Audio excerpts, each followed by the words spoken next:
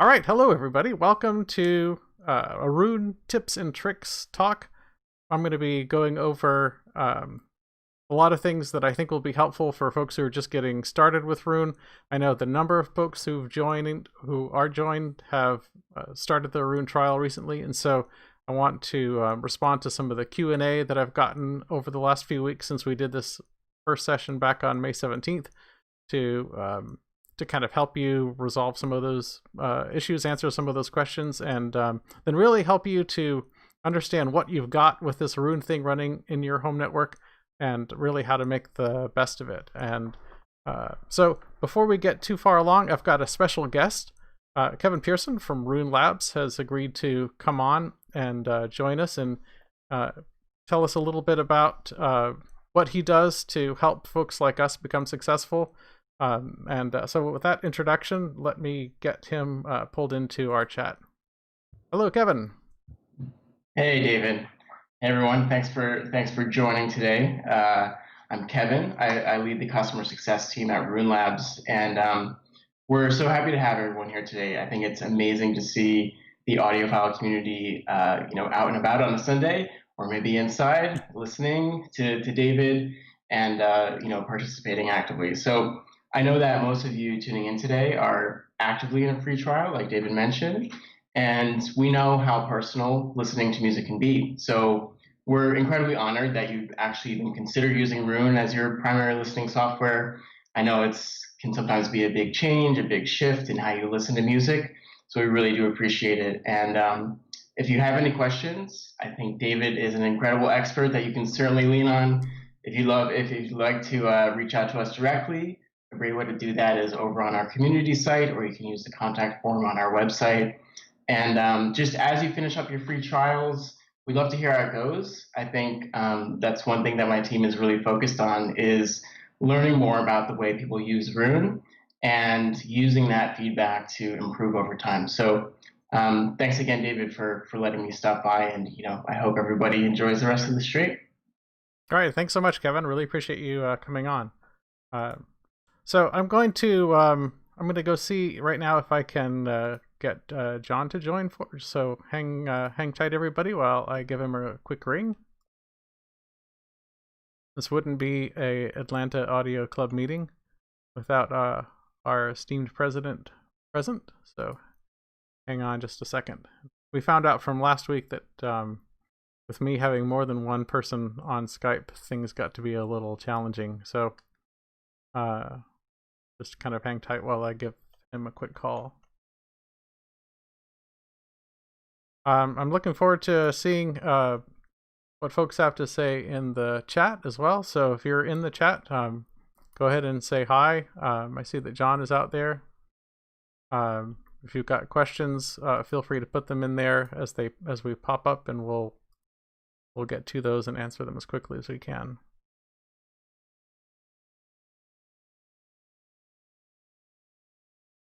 If I can't add John now, I will just try adding him later.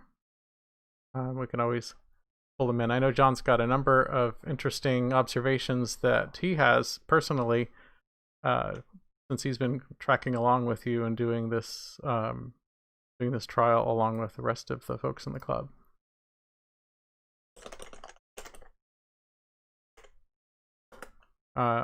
So I think, let me just see if he's on. We can bring him in. Otherwise, I will just get started and kind of walk through the topics that we're going to try to cover.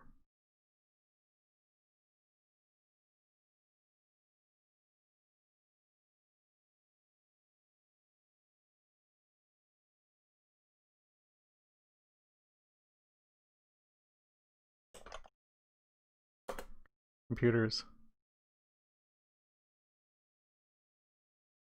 All right, now I'm starting to see some folks in the chat. See Ryan there, Bob, Marcus, excellent.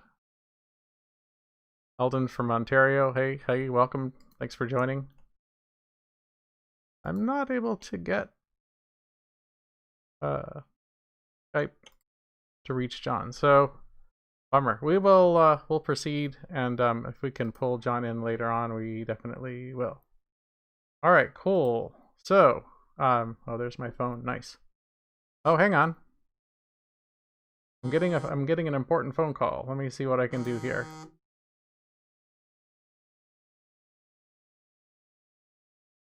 That did not work.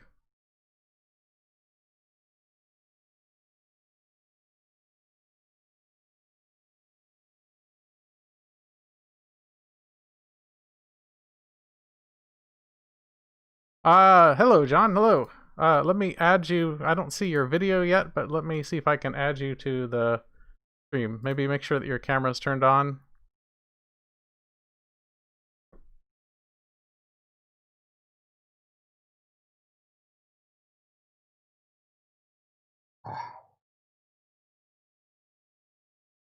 I think we have audio for you anyway. We don't have video for you, but you For some are. reason, it won't let me turn on my video. That's pretty strange. But you're on. So if you, there you go. I think we see you now. So I will turn it over to you so that you can say a few words to folks in the club, and then we'll get started. Well, I'm here. I hope everybody can hear me.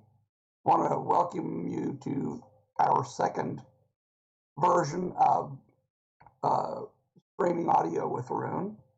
For those of you who don't know me, I'm the past president or president emeritus of the Atlanta Audio Club.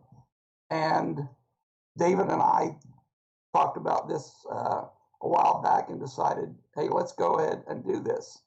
And since then, I've had an account and I've been learning lots of stuff. And I've basically listened to what David is telling me to do and done it with a result that I think it's worked out pretty well. So I'm planning on using a Roon account. It seems to work for me. I have multiple points in the house that I listen to music from, and this makes it a lot easier to do that. And David, if you want to go ahead and get on with your program, I appreciate the 34 of us that are on here now. Thanks a lot for joining us. All right, very good. Bye. Yep, we will go ahead and get started. Thanks for joining. I'm gonna drop us off of Skype and then just kind of get cracking with this thing.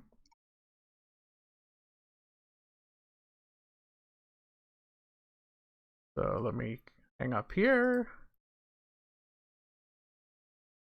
All right, so there's a lot of stuff that I'd like to cover. Before we get too far into tips and tricks, I want to make sure that everyone has the Roon setup kind of done as well as possible. First of all, I appreciate everybody who took the time to complete the survey. I had a fair number of responses to a survey that I sent out to folks who had requested the Roon evaluation coupon codes, and that information was pretty helpful. One of the things that I discovered, and what some of the questions that I saw were around, why would I want to switch to using Roon? It seems like there's an awful lot of components. It seems like there's an awful lot of parts. You got to have this core thing running someplace. You've got to have, basically I described it as a mainframe. Not everybody wants to have a mainframe. It's not actually a mainframe, but you know what I'm saying.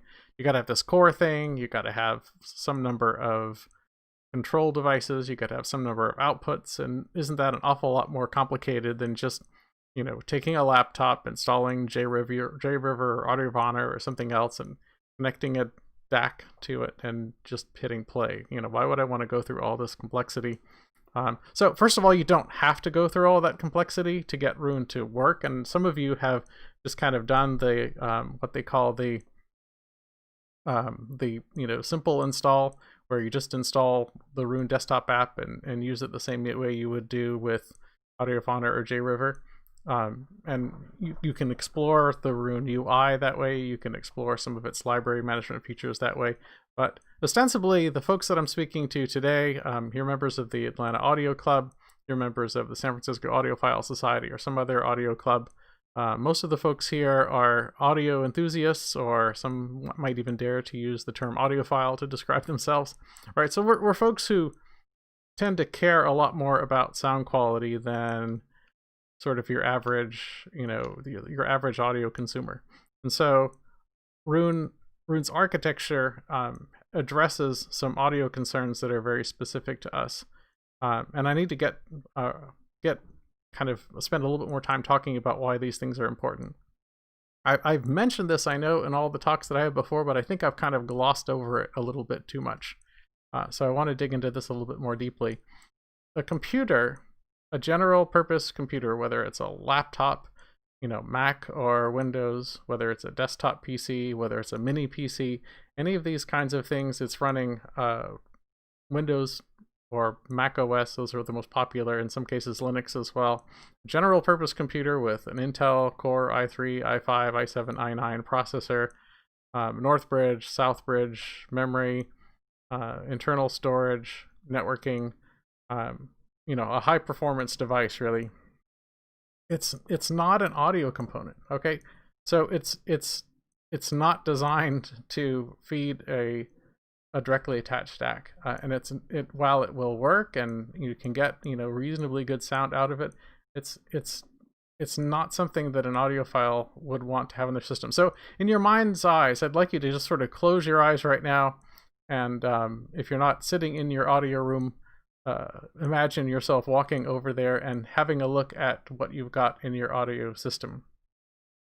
If you have, you'll have a number of source components potentially. You might have a turntable, you might have an SACD player, you might have an open reel tape player. All these things are purpose-built audio devices that have analog outputs and are designed to function as audio components in your system. Now, in your mind's eye, again, look around your room and see if you have any things that don't fit that picture. So do you have a laptop or a desktop computer somewhere in this listening room? Do you have any storage devices like a network attached storage or USB hard drive? Do you have any Wi-Fi access points or routers? Sort of IT equipment is what we like to call these things. These things, just by their mere presence, especially if they're within, I would say within 3 or 4 feet of your audio system, are taking away, I would argue, they're taking away some of the sound quality that you could be getting from that environment. And especially if there is a connection to your audio system or any component of your audio system, a direct connection. And by direct, I mean not a networking cable that goes through a switch. I'm talking about a USB cable. I'm talking about an HDMI cable. I'm talking about a SPDIF cable, even a Toslink cable. If you've got some of these IT devices in your listening room and they're connected to a DAC or somehow connected to your system, they have the potential to significantly compromise the performance. And it's not one of those, okay, let me do a blind A/B test and see if I can hear a difference. It's low levels of non-harmonic distortion that these devices are adding to your system that create an agitating listening experience over an extended period of time. And I know you're probably thinking that I'm crazy, but I promise you that this is a real thing. These things will also cause the soundstage that you're hearing from your digital sources to be smaller and less focused. The experience is just not as good as it could be.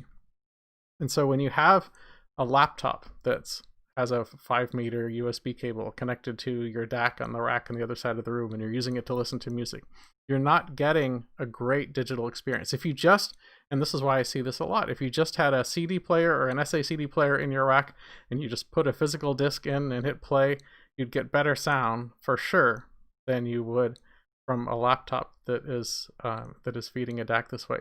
And I think that a lot of audiophiles have just accepted that, well, I mean, computer audio just isn't very good. And so we just have lower expectations. It's got some convenience, it's got some nice features, and so we put up with the lack of sound quality just to gain some of that convenience and some of those features.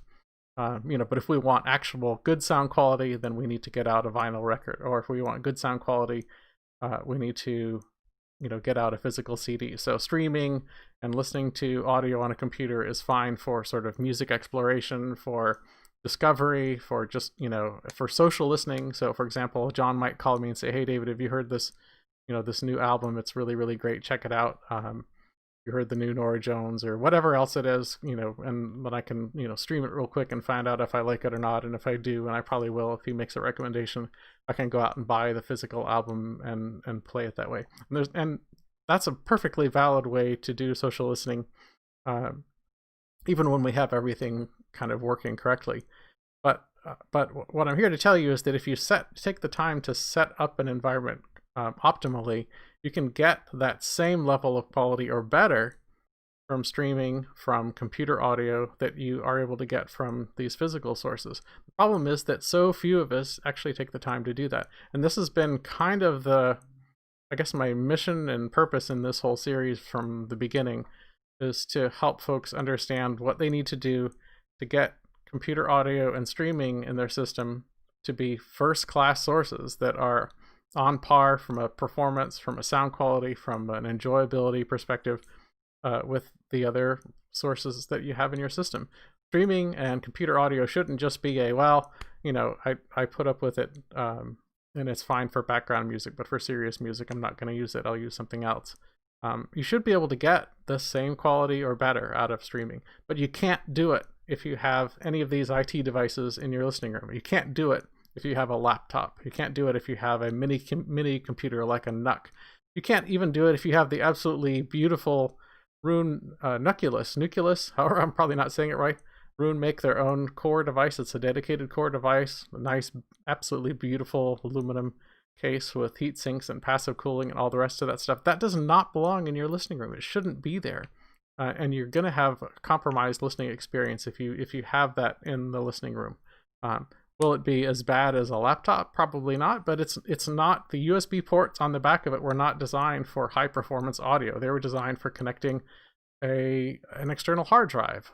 They're designed for connecting possibly a Wi-Fi adapter or some other Bluetooth adapter or some other IT type devices. They're not designed for driving a DAC. They will work. You can connect a DAC. You will get sound out of the DAC. You will not get great sound out of the DAC. So if you have these devices, if you have a router, I've been to audiophiles' houses where they've got external USB drives that are connected to a device that's right in the component rack with their system.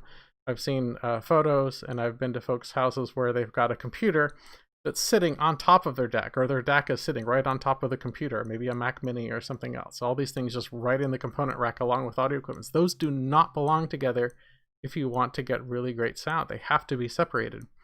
And the nice thing about Roon's architecture, and the nice thing about streaming and about digital audio, is that we can put distance between these components. We can put an arbitrary amount of distance between these components without adding noise, without adding distortion. This is not like the analog days where if you have a cable that's twice as long, it sounds half as good. That's not the case with computer audio, and it's not the case with streaming.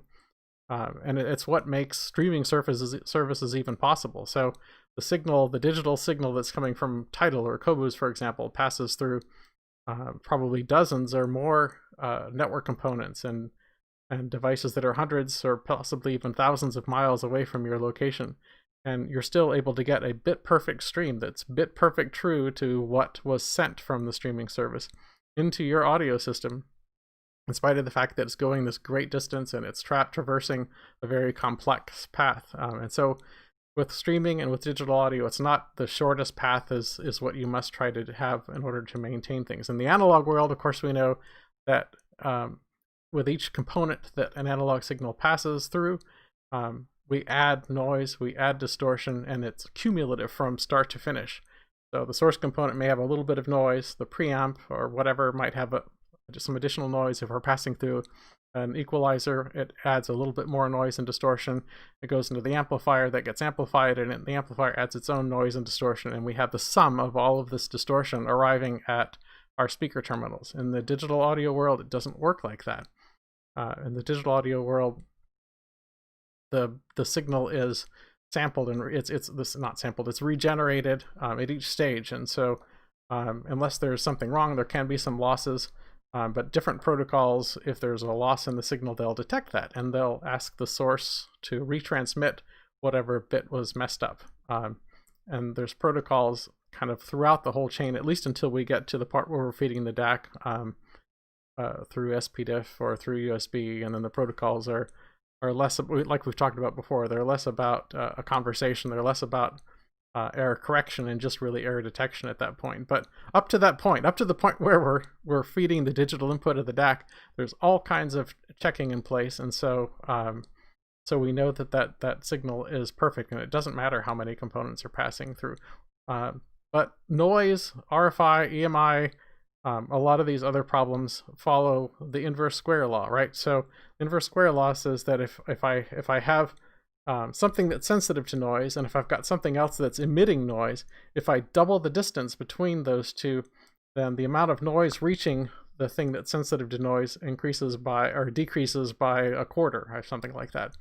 And so if we can put distance between the noisy parts in our audio system, and computer audio is always going to have noisy parts, if we can put some distance between those noisy parts and our audio system and our analog components, then we can decrease the noise dramatically. So if you can take your Roon core, which is going to be a powerful computer, probably an i3, i5, or an i7 Intel processor, lots of memory, SSD storage, gigabit networking, and all that kind of stuff. If we can take this device, and we should, and put it someplace else on the other side of the house, away from the DAC, not connected through USB, not connected through HDMI, not connected through SPDIF, just an Ethernet cable and a power cable, and this device is on the other side of the house, then whatever noise it's making is, and I say noise, I'm not talking about fan noise, I'm talking about radio frequency noise, I'm talking about electromagnetic interference, I'm talking about ground plane contamination, I'm talking about phase noise and all kinds of nasty stuff. We put that on the other side of the house, it's not going to affect our audio system in a significant way, and the result is going to be less non-harmonic distortion showing up on the analog outputs of our DAC. Now, of course, you could say, well, a really well-designed DAC can reject all this kind of noise, and so it shouldn't be a problem. I've yet to discover such a DAC. There may be one out there. And even if one exists, it's just good audio hygiene to keep these noisy things away from your listening room. So I've drilled down on this point quite a bit, but I want to make sure that you understand this is how Roon is different from JRiver. It's how Roon's different from Audiovana in a big way. Now, you can do some of the similar kinds of stuff with JRiver and Audiovana. They support a network protocol called DLNA that you're probably all familiar with, or most of you are familiar with, that allows you to stream audio over a network from a Roon machine to an endpoint device. The problem with DLNA is that the standard is very kind of loosely defined. It was put together, as I understand, by a consortium of audio manufacturers. There's not a lot of agreement about how the endpoint devices should behave, what kind of control features need to be implemented, how they should be implemented, linearity of volume control adjustments, where they support those or not. And so the experience using a DLNA solution is just not very good. Roon looked into this, Roon Labs did, and they determined that DLNA support was just kind of a mess on endpoint devices, and this is why they developed their own protocol for doing this kind of stuff, and they've gotten a lot of manufacturers to adopt and use this thing. So Roon is driving kind of that quality experience and working with these manufacturers to implement that in a way that's going to give a great experience to everybody who uses it. But even if you don't end up buying one of these devices that have implemented this, like I showed you last week, you can install Roon Bridge on, I showed you how to do it on a general purpose computer just to try to get you started, because I figured you probably already had one of those. But you can install Roon Bridge on a Raspberry Pi or a very small, low power endpoint device and get similar functionality. The functionality is not as complete as what you would get from a device that has a full Roon ready implementation, but it's very, very good. And what's different about it versus using a laptop that's not designed for audio, these little small board computers, I'll show you. I've got several of them here. These little small board computers, this is an example of one. It's a very small computer. You can see it has an Ethernet port in, and it's got some USB ports out that you can connect a DAC to.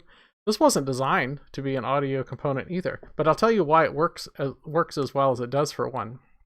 The reason this thing works better than your laptop, better than your desktop, better than your NAS as an audio endpoint device is that it's very low power. So, you know, noise requires energy to make a computer behave sort of like a radio station. And the more power that goes into the computer, the more noise can potentially leak out of the computer.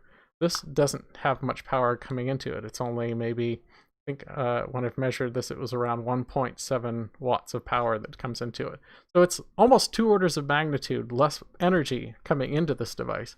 And so if it had the same efficiency as a radio antenna, for example, for broadcasting noise out of it in a radio pattern or out of its ports, it would still be 2 orders of magnitude less noise than a general purpose computer. But one of the things we know about sort of radio antennas is that the bigger you need, if you want to broadcast a lot of noise, you need to have a big antenna. This is a small antenna, and so it's not as efficient as a general purpose computer at broadcasting this noise. So it's going to produce easily 2 orders of magnitude less noise, is what I would guess. I don't have a way to measure than a general purpose computer would do, just because there's less energy coming in and it's smaller, so it can't emit much energy going out. But the other thing that's different about this versus a general purpose computer, if I log into a Microsoft Windows laptop, I'll see something on the order of 1,000 background tasks running. If I log into a Mac, it seems like it's always busy as well. There's all kinds of things that are happening all the time. On this, if I install a very low trim operating system, there's something called Diet Pi that I've become a fan of for audio purposes. There's only about 14, 13, maybe 11 background tasks that are running versus 1,000 on a general purpose computer.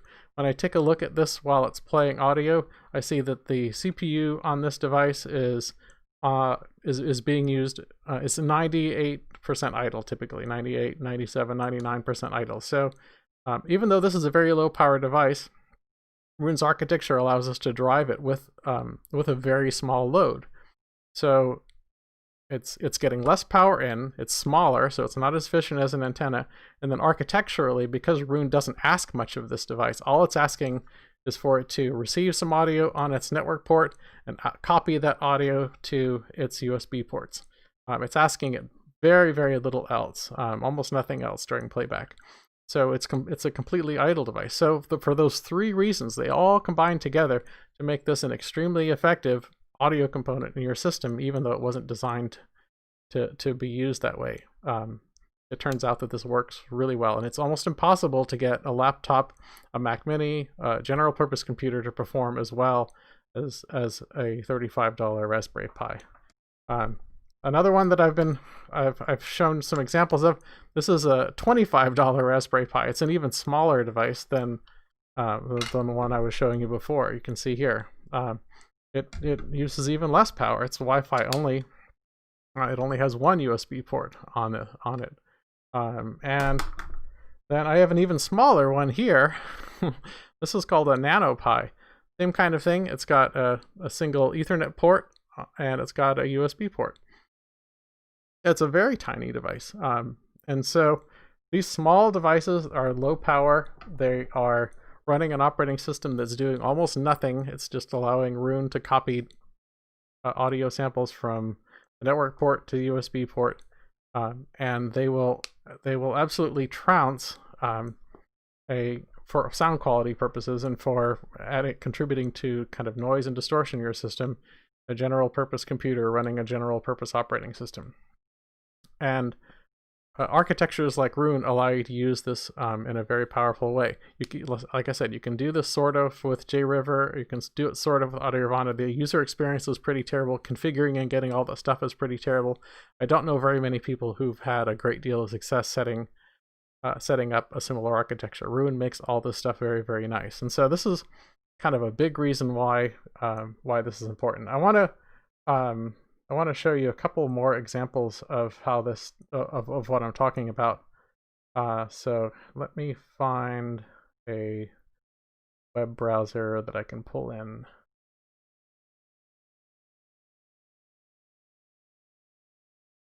Things are about to get a little bit weird, but let me bring up my desktop.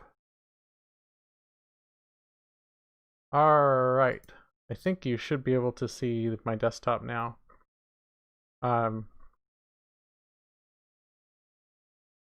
So what I'm going to do is show, I'm going to show just kind of some history, a little bit of history with, make this a little bit larger and get this out of the way. I'm going to show some history of some of these tools that folks have used in the past for getting computer audio to work. One of the first ones that I heard about was something called CISS memory player. Am I saying this right? CICS memory player. It's kind of an interesting application. The idea here was to try to provide a kit, a general purpose kit that people could use. They could build from commodity parts a PC that was highly optimized to work as an audio component. So this is like, early 2000s or sometime in the end of the last century kind of thing. The idea was for $1,000, can we take a computer and make it behave like a high performance CD transport? So, jitter on the order of 50 picoseconds or less was one of their targets. And they had to do some special stuff with software and tuning. They had to modify how the computer booted. And do all kinds of crazy things. They were using Windows XP Professional, and there's a whole bunch of settings that they recommended to be able to get the latency and the performance of this device so that it would be low enough to function as a clean digital output for a DAC. The problem, of course, is that you have a giant power supply. You've got a lot of noise emitting components here, and so from an RFI perspective, unless a lot of attention is spent on case design, this is still going to be a pretty noisy device. But it shows kind of in the early history what folks were doing to try to solve this problem, which maybe a lot of us haven't really acknowledged exists. This problem of the computer being a kind of noisy, unwelcome addition to our listening room. So I just want to kind of bring your attention to some of the history and how we got to where we are. These are real problems that people have been working really hard to solve for a really long time. Roon has provided us with a really elegant solution by allowing us to take this noisy hunk of metal and put it on the other side of the house, connect it up to our network, and then put a really, really, really quiet endpoint device in our listening room that's not going to contaminate the room, that's going to provide the DAC with a high quality signal over the network. I'd like to bring your attention to JPlay. I know that some of the folks in the club have experimented with the JPlay. JPlay it's something that I experimented with back a decade or so ago as well. The idea here is that JPlay provided for about €100, I think it was. It provided a very minimal player, and it did some very intense latency optimization. It worked as an ASIO driver to feed a directly attached DAC, but it would make the computer as quiet and as real-time as possible. In fact, there was even a way in JPlay to put your Windows computer, into hibernate mode. You would queue up some music, put your computer into hibernate mode, so the operating system was essentially hibernated, and there was just a little bit of code, I guess, still running to be able to feed whatever playlist you had queued up out to your DAC. And you couldn't interact with the computer at all because it was in hibernate mode until the music finished playing. I think you could maybe forcibly power cycle it if for some reason you didn't want to wait until that playlist ended to get back to using the machine again. But it shows you kind of this extreme approach that we've put into in the past to getting music to play.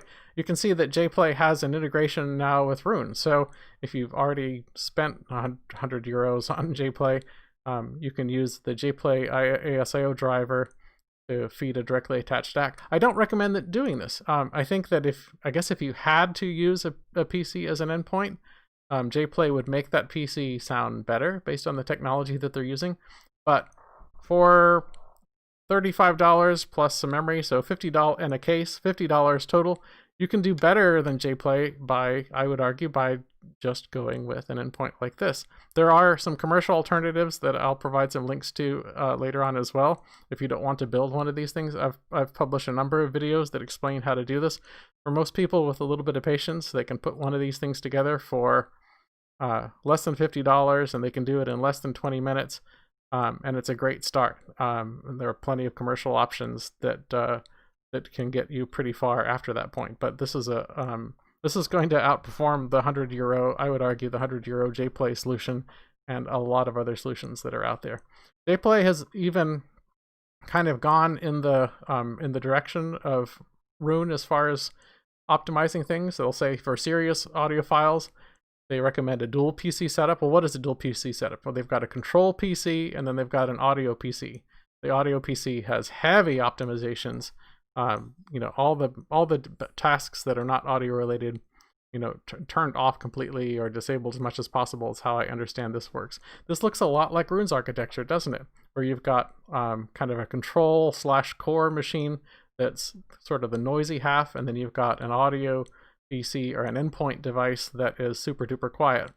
It's the same kind of thing. I'm showing you this as an example, not because I want you to go out and buy JPlay, but because I want you to understand that the problems that Roon solved are not problems that Roon just made up, right? They've been problems that have existed for a long time, and a lot of companies have put a lot of effort into fixing them. I'll show you Audiovana a little bit as well. If we go down to here, in their noise reduction section, they talk about how background activity and electromagnetic activity around the computer can compromise the sound, and you can have jitter-induced glitches and all sorts of noise. And so they recommend using the sysoptimizer technology on Mac OS to try to quiet the computer down to make it behave a little bit more like an audio component. But it's never going to behave like a really good audio component. This helps. It doesn't solve the problem. Solving the problem involves getting that computer out of the listening room. It doesn't belong in the listening room at all to begin with. And then using your network to move the audio from this noisy hunk of junk that you don't want to use. It's not an audio component, but it's very useful for its computing capacity. Moving the audio to your listening room in a pristine way and getting it to a very small endpoint device that's not going to spoil the sound in your listening room. So this is Audiovana's solution. It's a fine solution if you're stuck in an environment where you can only have one computer in your entire house. But these things are not expensive, and they're not difficult to build, and the commercial versions are not much more expensive. And you guys spend a lot on gear anyway, so I think it's worth paying attention to these kinds of things. If we take a look at Signalist, this is the first place that I saw this technology, actually. And I found it really fascinating. So these are the HQ player guys, and let me try to zoom down a little bit. This is a diagram that really kind of blew my mind, and then I saw Roon Labs implementing kind of the same sort of idea, where you have this very powerful computer. They're showing this as HQ player that's doing all kinds of super fancy filtering and upsampling and audio processing. Passing that information over the network to a network audio adapter. This is essentially, in Roon's world, this is kind of your output device or your endpoint device. So it's a separate device. And the idea here is that HQ player would be quite a distance from this network audio adapter. It might be on a different floor of your house. It might be on the other side of your house, dozens of feet or more away from the noisy bits here. And then the network audio adapter is a very small, very low-powered device. The Sonora Micro Rendu, the Sodim SMS200 are some popular examples that implement this network audio adapter protocol. You can install the network audio adapter software on here as well if you have an HQ player environment. If you don't already have HQ player, I don't really recommend that, but it'll work. And I can explain why later. And then you have a short connection between the very quiet, very low power network audio adapter and the DAC. And then I'll draw your attention, especially for folks who are new to Roon, in case you haven't spent some time looking at this stuff, to Roon Labs, how Roon works, because it's the same kind of idea, right? We talked a lot last week about how there's a core, there's a mainframe that's going to be processing all of your audio, and that's going to be a noisy machine from an RFI EMI perspective that'll be located someplace far away from your listening room once you finally have your setup. I walked you through how we're installing the control device on your phones, tablets. You can install a control device on a laptop as well. And then we talked about output devices. And some of these output devices, they show here, some of these output devices could be a computer. It's fine for background music in your office, I guess, with some PC speakers. But for audiophiles, we're looking at more purpose-built devices and endpoint devices that are going to behave like audio components and not like IT components. All right, so I think that I have covered that in enough detail, or at least I hope so anyway. So for folks who are still like trying to figure out why we should go to all the trouble of deploying a separate PC for running Roon server and then one or more output devices, even if you only have one listening room in your house and you don't listen to music anywhere else in your house, it sounds very sad to me. I think you would want to have music elsewhere in your house. But even if you're not listening to music anywhere else in your house, Roon still has a lot to offer because it allows you to separate your noisy computer from your audio system. Get it out of your listening room, and you will see, I promise, a significant step up in audio quality if you have a highly resolving system and or even a medium resolving system, and you actually care about audio quality. All right, so let's go through some of the questions that came up. I know that one of the things that folks might have been a little bit confused about when I went quickly through things last week was what to install where. So at the beginning, I talked about installing Roon server on a small desktop PC. I showed an example of a little HP Stream Mini thing that I had. Almost any kind of reasonable desktop PC that's reasonably modern, Core i3 or faster these days, is going to make a fine Roon server. It should not be in your listening room. It should be in an office or a closet or someplace far away.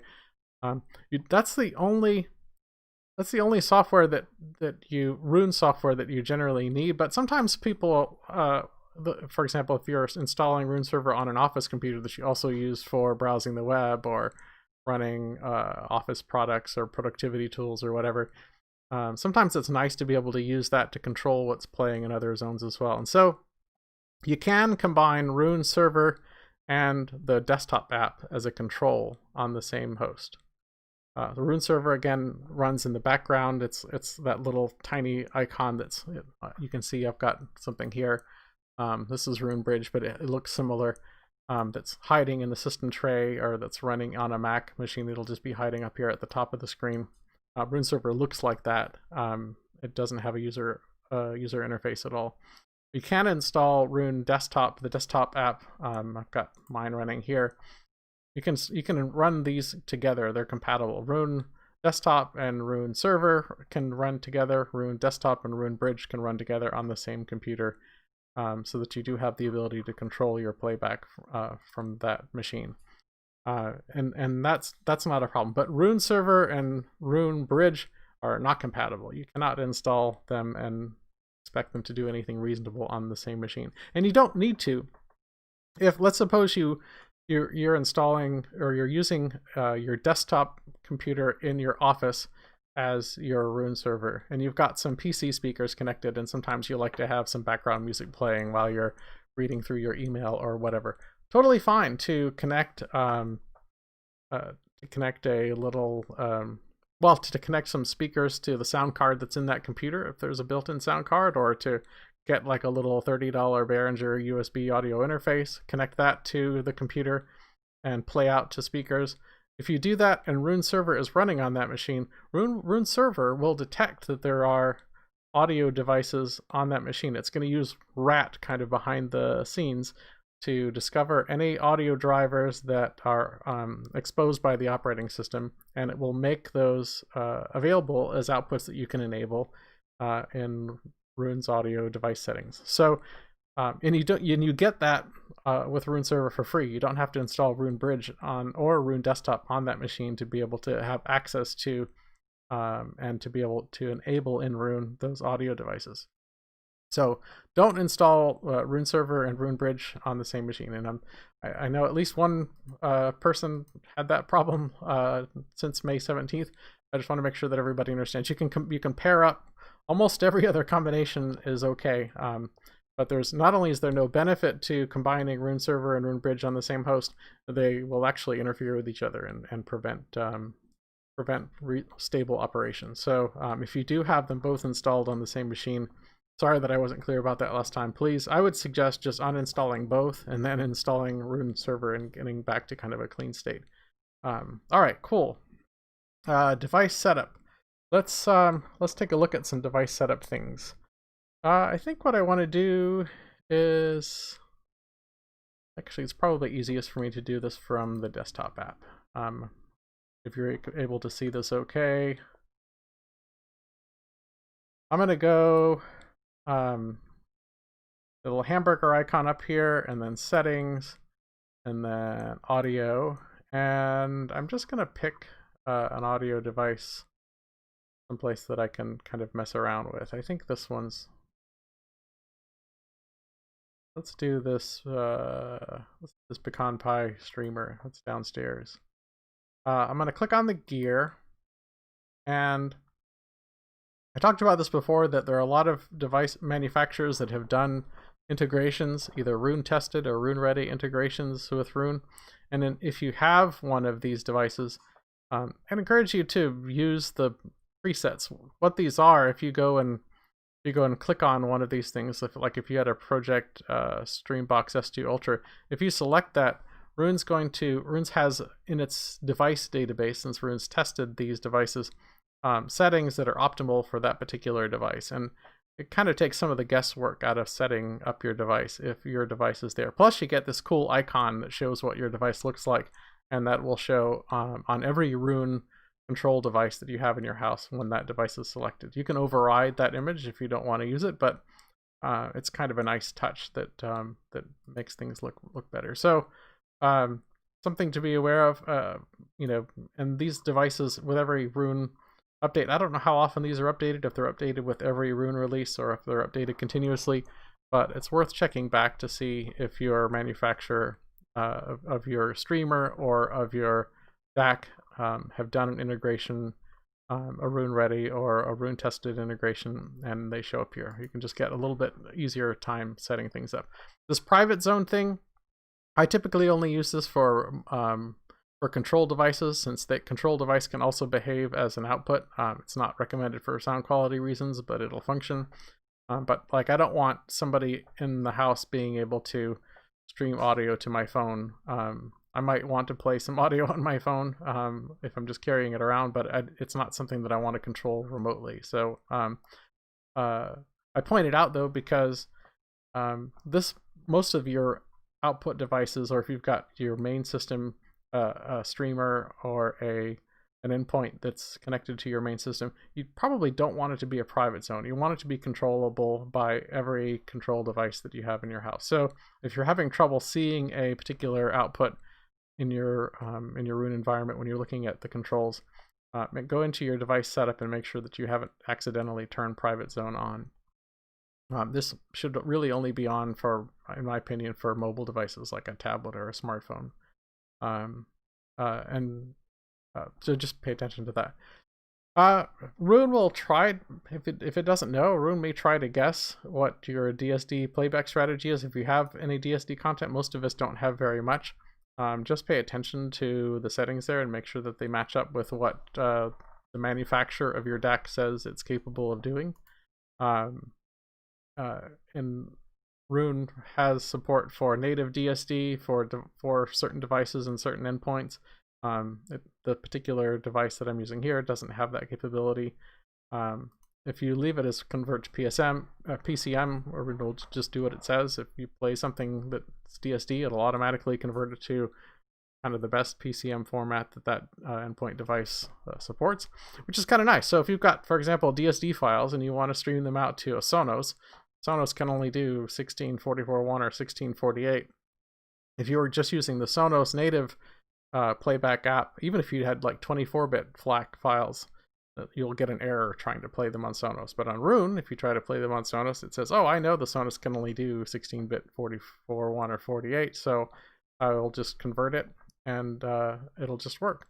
So this automatic kind of capability is very, very useful. But you do, especially if you're using a DAC that's not in this list here, you do have to make sure that the settings are correct for your DAC. And you can lie to Roon, and if you lie to Roon, you can't really expect it to do the right thing, right? So it's worth, again, understanding what these settings mean and taking the time to get them right.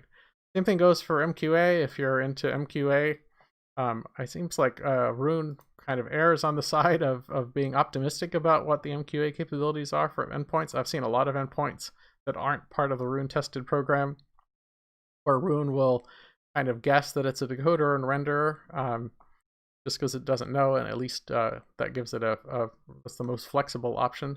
But I would recommend it's a little bit less load on your core to leave this disabled if you know that your endpoint device doesn't have MQA. There's no reason to ask Roon to restore MQA signaling to the stream so that the downstream DAC can do MQA rendering if the DAC can't do that. I'm fuzzy a little bit on some of the details of MQA and how it works, but I think that MQA signaling is data that is encoded and occupies the lower order bits of the stream. And so adding MQA signaling to a stream when it's not necessary could add some low-level noise. Whether that noise is audible or not, I don't know, but why busy core doing that encoding, and why send the low order noise to your DAC if there's no benefit? So for those reasons, I recommend turning it off unless you know for certain that your DAC is capable of MQA rendering. I know that some folks have Audio Quest. Hello. I think I accidentally quit Roon. I know that some people have Audio Quest, Dragonfly. No, it's not Audio Quest. It's Meridian Explorer 2. This is where I've heard that this is a problem. Meridian Explorer 2 devices. Where's my streamer? There it is.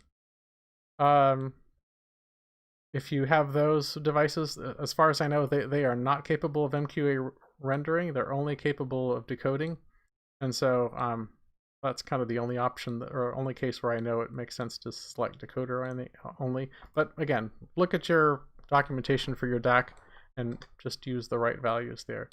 Volume limits can be nice, but I've not really had a reason to do that. You can look in the documentation to see why. Let's go down here and look at the advanced settings.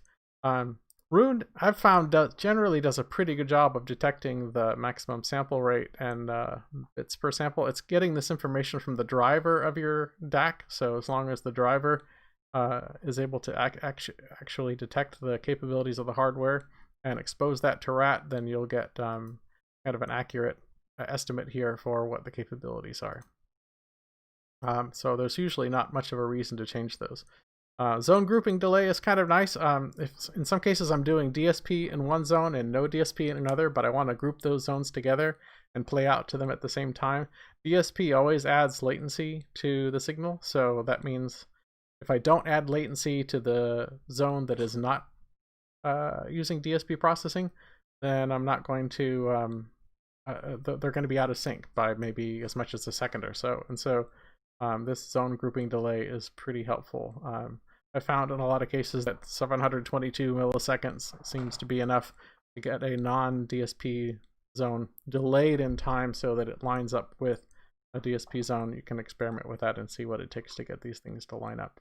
But in case you're curious, that's what that's for. It's just adding delay to the signal before Roon sends that signal out to the endpoint device.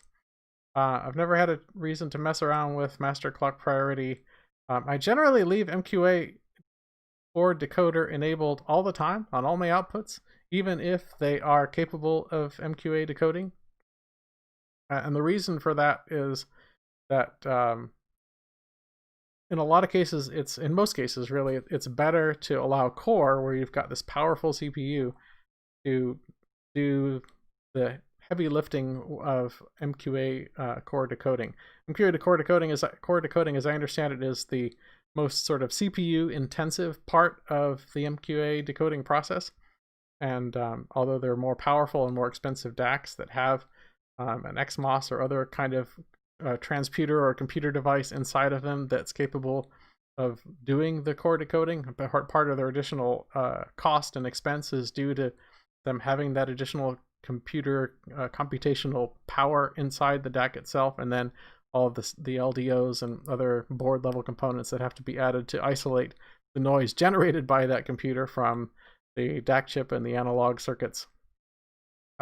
If you don't use that, and you just do core decoding using Roon's architecture and leveraging that for best sound, doing that heavy duty processing on core, it reduces it's a better division of labor. It reduces the amount of work that the DAC has to do, and you'll generally get better sound by letting Roon handle that than by trying to ask the DAC to do all of that processing.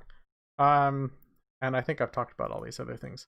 So my point in all this is that let's suppose you have a Chord Hugo DAC that's not capable of MQA encoding, and you tell Roon that it is capable of it. Roon doesn't have a way to detect that you've sort of, I won't say lied to it, but that you've misconfigured it, and so it'll happily send an MQA signaling data down to the DAC, even though the DAC can't do anything useful with it. So it's up to you to pay attention to what these settings are. There aren't that many. They're not that hard to figure out. So I just encourage you to take some time if you've got more than one zone, or even if you just have one zone, take some time with these settings to make sure they're set right. You will get better results if you do that. All right, I think we've covered that. Device results, get it set right. Let's take a look at zone settings. So I'm gonna pick, I think I'll pick this one. So I'm going through, I've got a bunch of zones. You may only have one or two at this point, that's fine, but they can be habit forming. You pick a zone, and then you click on the speaker, and you get this little gear thing here. And the gear brings up zone settings. You can change the name of the device. We talked about how you can mess around with what icon the device has if you don't have a manufacturer one, as I don't. I haven't had a lot of use for crossfade, but I guess it could be nice for like party mode types of things or DJ mode. But what I found to be very, very helpful is to have volume leveling on either at the auto or the album level. Volume leveling does a bunch of really nice things for us, and I think I touched on this a little bit last time. But the main thing it does is a lot of popular music has been mastered with peak normalization, so that the highest levels on the track are normalized to 0 dB. The problem with this is that the delivery format that we get most of the time is not a high resolution delivery format. It's 16 bits, 44 or 1 kilohertz CD resolution type stuff, or that's what we would get on a streaming service as well. And DACs, in order to simplify the filter implementation, are going to oversample that signal. And so while there may be 2 points that are both kind of at 0 dB, the DAC is going to oversample those points, and it's going to, when it connects these 2 dots, it's not going to draw a line straight across. It's going to draw kind of an arc, and that arc is going to be a level above 0 dB through peak. And most DACs don't handle that well. They'll typically result in some hard clipping. There'll be some distortion artifacts. There'll be some high frequency noise. There'll be some undesirable behavior when you oversample the incoming signal and then feed that to the DAC, and there are values or samples that are above 0 dB. Not like the analog tape world where you could push the tape to +4, +8 or whatever, and still kind of get a good sound. You got a little bit of compression, but it wasn't hard distortion. In the digital world, anything above 0 dB is generally awful, so we don't want that. So if we use volume leveling is this fancy R128 algorithm that it basically takes a look at all the different volume levels in the audio signal, and it kind of lays them out on a histogram and does some analysis of what is sort of between the band of 95th percentile and 10th percentile. And it does some, you're going to read about this, I'm not going to explain this very well, but essentially it does some math to try to figure out what volume level this entire album should be based on statistical information about the level of all of the samples in all the tracks, and it allows us to kind of assign a target level that is going to be safe and avoid clipping for this album, and that also allows us the kind of average level of this album, perceptual average level of this album, to match other albums once we know kind of what that volume level value is for a given album. So I recommend for most folks to experiment with album volume leveling with a target level of somewhere between, I would say, 14 and 18 LUFS. That seems to work out really, really well. It gives your DAC a little bit of headroom. It generally will avoid your DAC receiving samples that after oversampling are going to result in peaks above 0 dB. The other thing that it does, I think that any well-designed DAC you should be able to drive the analog outputs to the full voltage, whether that's 2 volts or 4 volts or whatever, 5 volts, whatever the maximum voltage swing is that the analog chip is capable of. You should be able to, it should be linear, and you should be able to drive those outputs to full level without any problems. But I found that if you just back off on the output just a little bit, you're operating probably more in kind of the sweet spot. I'm just guessing, I don't have a way to measure this, but it just feels like it to me. You're operating kind of more in the sweet spot of the voltage swing for that DAC, just by pulling everything down a little bit. Now, this volume leveling is not going to pull every album down. If you're listening to like a kind of a modern pop album that has a lot of compression, you'll typically see something on the order of 8 to 10 dB of attenuation of that album to get it to kind of a reasonable level. If you're listening to some classical music or older recordings from the 80s, or like a Ricky Lee Jones album or something like that, you'll actually see Roon adding in many cases increasing the level for these recordings. So it doesn't always attenuate. In some cases, it'll actually boost the level as well. And this is really helpful for when you're switching from album to album, having kind of an even experience. You're not constantly diving for the remote control to get levels to be sensible when you're listening to the last track on one album and then transitioning to the first track on the next album. Auto does almost the same thing as album, and you can read about it in Roon's documentation. Really, the only difference is that if you're doing a playlist, if you've got tracks that are from the same album and they're sequential in the playlist, then they'll be leveled at kind of the album level. We want to preserve the relative volume level of tracks that are on the same album. So if you're listening to a symphony and there's the adagio or some soft part, and then there's an allegro part, there's a faster, louder part, the soft part stays soft and the loud part stays loud relative to each other. But if the playlist has tracks that transition from one album to another, then it'll take a look at track leveling instead. The reason I tend not to use auto is because usually if I'm doing track volume leveling, I'm going to want a lower target. I'm probably going to want a target of like -22 or -3 dB for LUFS. And if I'm doing album, then I usually want a target that's a little bit higher. And auto doesn't allow me to specify a different target for album versus track leveling. So I think I would stay with just using album for most of your stuff. I've gone into a ton of detail here, but I think this is a very important feature. I think this helps us put an end to the loudness war. I personally think that all playback devices, mobile, car, home audio, should support volume leveling. A lot of people will start to be concerned about losing bit perfect playback. I talked about this a little bit last time as well. Bit perfect, it's very important to have the capability of bit perfect playback, but it is not always the best sounding result for reasons that I talked about before. Staying, out of clipping range for your DAC for intersample peaks, staying maybe closer to, you want to be close to the maximum voltage swing of your DAC, but you don't necessarily want to be right at it all the time. And so there's some sound quality reasons why this is better, as well as just user listening experience. I can set the volume on my preamplifier to pretty much a standard value. I can come into my listening room on any day and I can put any album on, and I rarely have to touch that volume control. I'm going to get a consistent playback experience regardless of what album I listen to. Which it just makes it a more we're listening to music for relaxation. Well, so we shouldn't have to be constantly manually fiddling with the volume control all the time.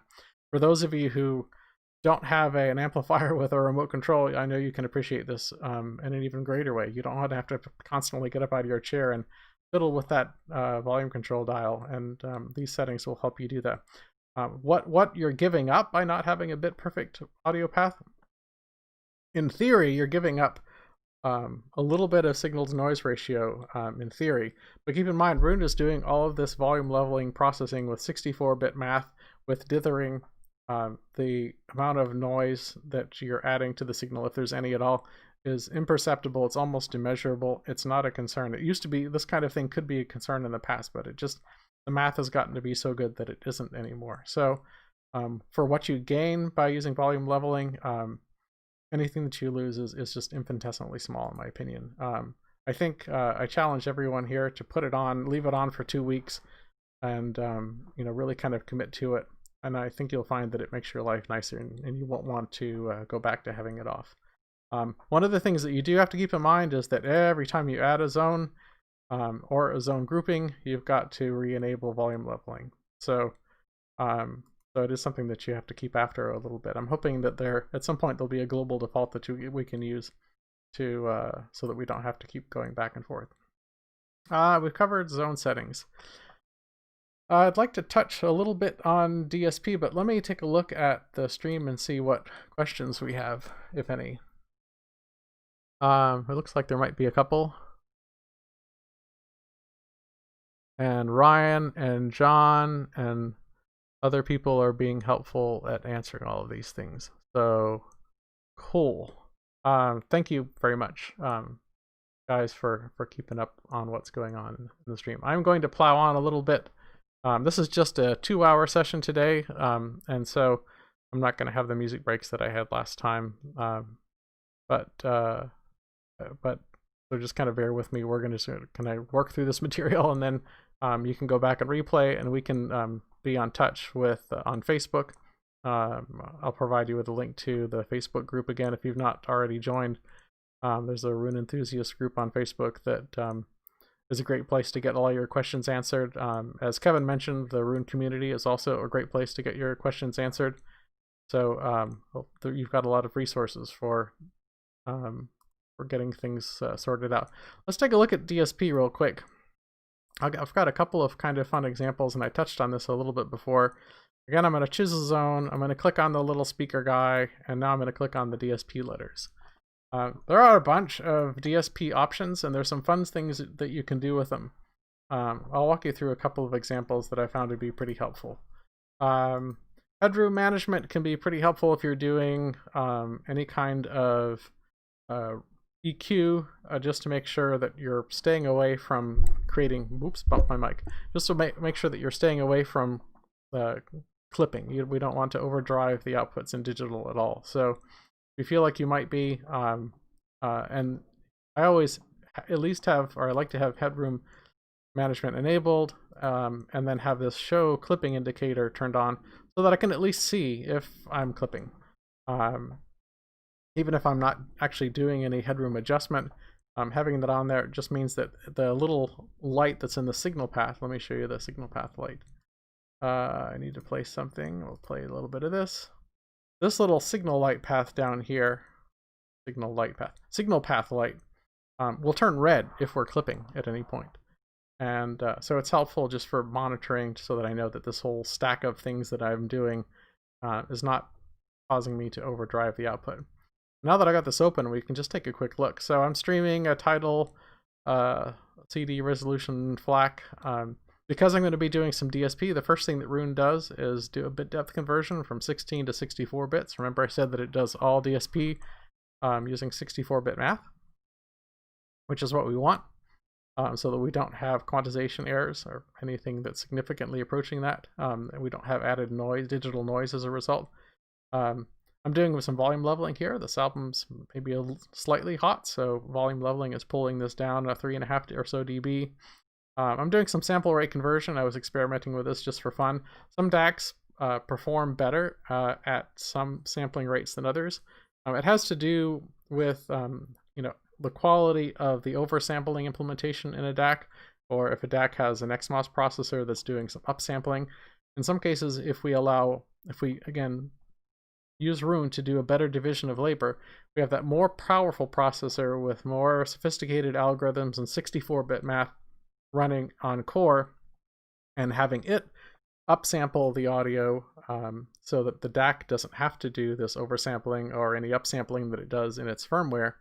We can get better sound because Roon Core has a more powerful processor. It has better algorithms. It can operate at higher resolution in 64 bits instead of 16 or 24 bits or whatever our DAC is capable of.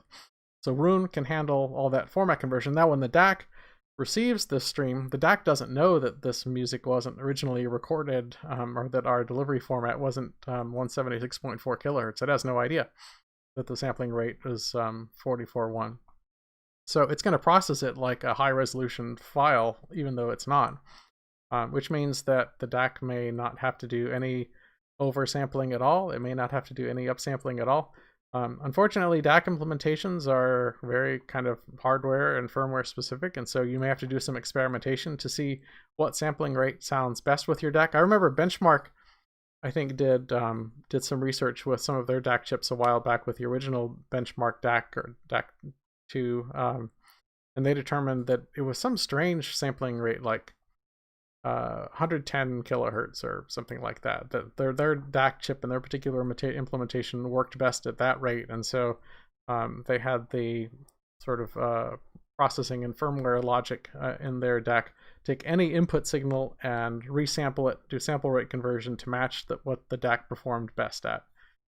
This is the same kind of way. You don't have the granularity to specify 110 kilohertz for your sample rate conversion, but you can experiment with different sample rates and formats to see which your DAC performs the best at, and to get the best sound, just use that all the time.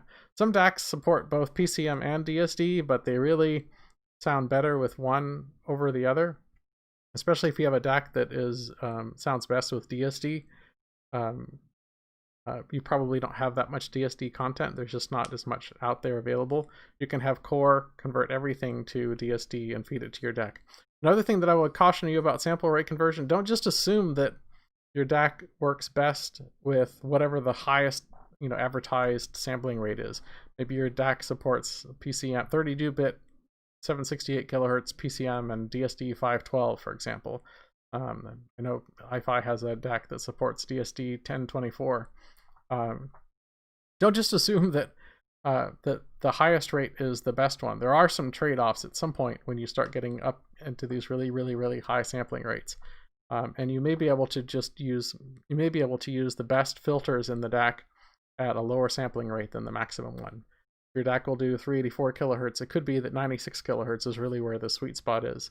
The other thing to keep in mind is that this processing isn't free. So even if you have a very powerful machine running Core, if you're running multiple outputs with upsampling to DSD 512, volume leveling, room correction DSP, and all kinds of other stuff, at some point you're going to run out of resources. So there's no reason to ask Core to do more work than it has to, unless there's a benefit. If there's a benefit, then sure, and just get a faster Core. But there's no benefit, there's no reason to do that. The other thing I would say is that if you're feeding your DAC, for example, a DSD 512 stream or a 32-bit 768 kilohertz PCM stream, you are making that endpoint device work harder. The endpoint device is going to be receiving a lot more data on its network input.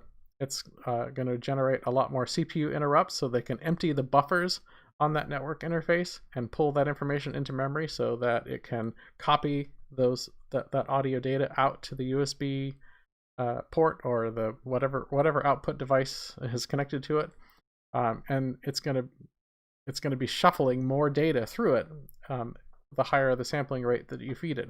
And we don't want these endpoint devices to ever get busy. The busier they get, generally the worse the sound is. So there's a trade-off, right? So don't just assume, I'll just, push my foot all the way to the floor and that will always be the best sound possible.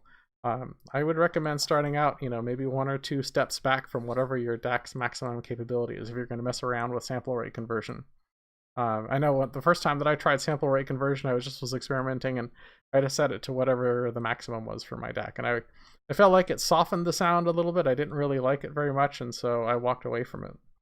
It wasn't until I realized that you really do kind of need to experiment with these values to come up with something that optimizes the playback experience, or just leave it off and let your DAC do things. But like I say, you've got this powerful computer someplace far away from your listening room that can do things that can make your system sound better. And so I think since you're paying for Roon, or if you're a subscriber on a trial and you're thinking of keeping it, you should consider doing that, and you should get the most value that you can out of what you're paying for.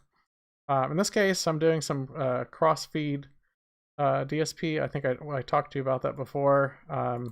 This is a headphones system, so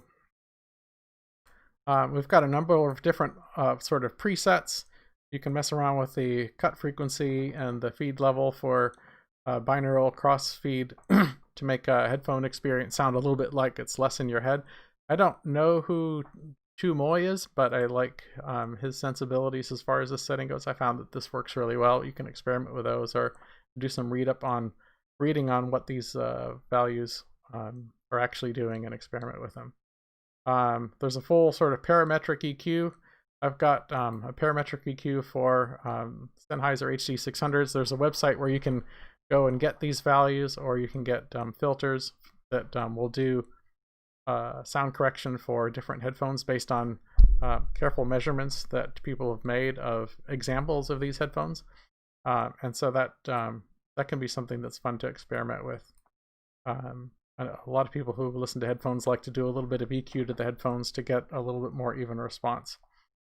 So there's a lot of fun things that you can do with DSP. Whenever I'm doing DSP, I like to create presets and save them. And the reason that I do is because all this detail that I'm showing you in here is not necessarily available on every endpoint device, especially smartphones. They don't have enough screen real estate to position little DSP dots and control all of these things. There's just not enough screen real estate to do that, right? So it's but the smartphone is able to kind of pull down this presets list and allow you to access these things. So I like to set these presets so that I can choose them, switch among them very quickly. I can apply any preset to any zone that I want, although not all of them are applicable to all zones. And I can do it from a mobile device, even if it doesn't have the ability to access the settings in detail. I'll show you another thing that's pretty cool. This mono setting is pretty nice. This is using, there's some other filters down here. One of the filters that you can add is something called procedural EQ. At one point I had a single speaker that I had a little Raspberry Pi connected to that I was using just for music on the patio. So think like a Sonos Play 1 on steroids kind of thing. But I wanted to be able to play jazz music, and as you know, early jazz has, the percussion panned way to one side and the saxophone panned way to the other. And so if you're just playing the left channel or the right channel, you're not getting all of the music. So I needed a way to kind of get a mono signal sent to this output. So I created this mono preset. And what it does is I'm using the mix feature. There's several different operations you can use in procedural EQ. I'm using the mix feature so that I route the left channel to the left output and the right channel to the left output. And then I attenuate the gain a little bit by 3 dB in each, just so that I'm not overdriving that output. I'm not sure, Roon might do that automatically, but I wasn't positive, so I just did that to make sure. So it gave me a way to set up a mono speaker that I could play jazz and get a full listening experience. And I can choose this preset anytime I want to from any output that I'm using. And then the last thing that I'll show you as far as presets go is for my main listening room. I'm using this DAC. If I go into DSP, again, I'm using this headroom management set to 0 dB with a clipping indicator enabled so that I can keep an eye on things. And then I'm using a convolution filter that I created with Accurate.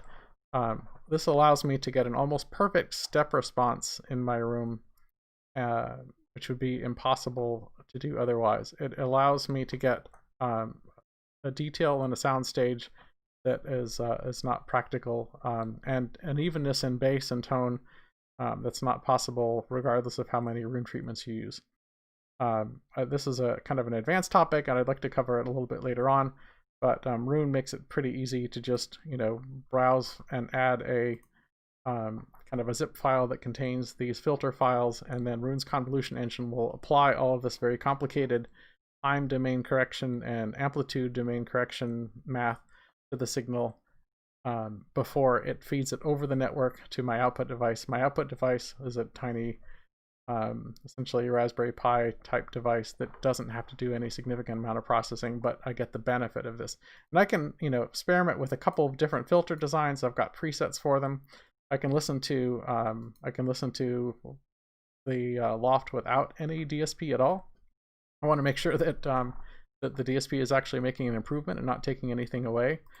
In this case, I use headroom adjustment to kind of pull the levels down a little bit for flat, so that I used pink noise to match the levels so that flat versus DSP were the same. Otherwise, it's hard to compare. It's hard to compare two different things if the volume level is different. So that's another use for headroom management. I think I've covered DSP stuff pretty well. There is a lot of stuff there, but this is stuff that you get with Roon, and the reason that DSP in Roon is more useful than, for example, DSP in JRiver or a DSP in Audiovana or DSP in other solutions is because we can run this DSP on a machine that's not in the listening room. And so in a normal system, adding processing to the media player added noise to the listening environment and added non-harmonic distortion to what we were hearing, which added agitation to the listening experience. And so there was always this compromise that I had to make. Well, I could do a little bit of upsampling, but to make my DAC sound better, but it's going to make more noise in the environment and it's going to spoil the sound. And so I can't go too crazy with it.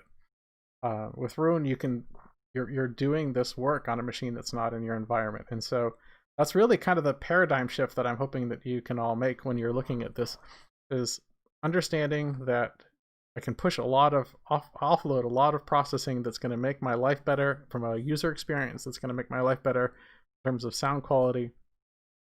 I can push all that stuff on a system that's not in the listening room, but get all of those benefits piped into the listening room over your home network, and through a small endpoint device that's not going to get significantly busier or noisier just because you're doing more work to the signal.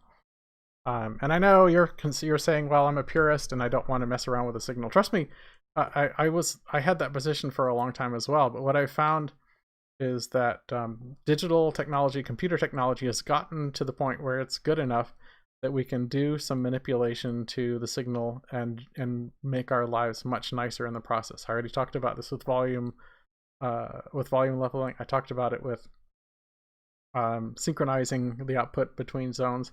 The DSP rabbit hole goes extremely deep. You can do some things in DSP that make the music completely unlistenable as well, but if it's thoughtfully applied, you can achieve results that are not possible any other way. And so I encourage you to keep an open mind about that as much as you can. Control settings. How are we doing on time? Pretty good. Let me take a look at. Let me show you what I'm doing on an iPad and some of the control settings that I've done there. You don't have to change a lot as far as control settings go, but it's worthwhile to be aware of what's there. This is going to look really weird for a second, so bear with me. Let me turn off this craziness. Craziness is off. Let me wake up my iPad. All right, wake up iPad. Come on, there we go. iPad. There we go. That almost works, but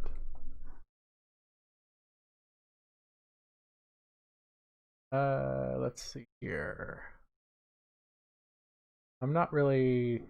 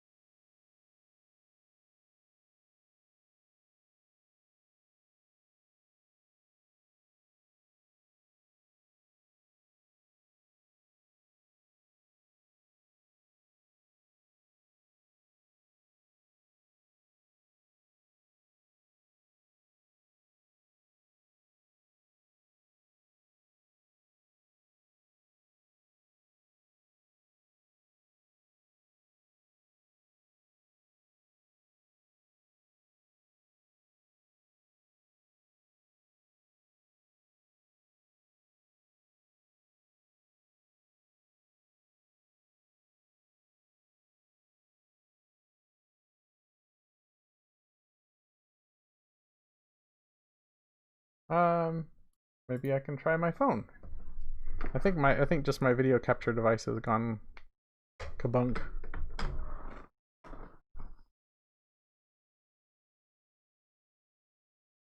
Talk amongst yourselves while I restart it. Sometimes restarting things is good.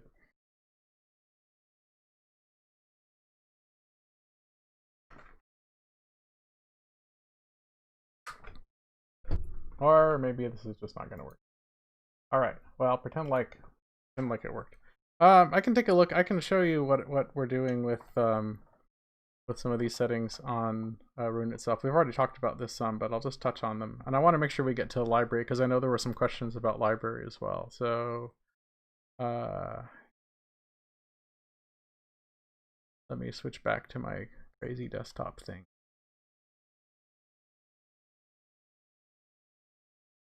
All right.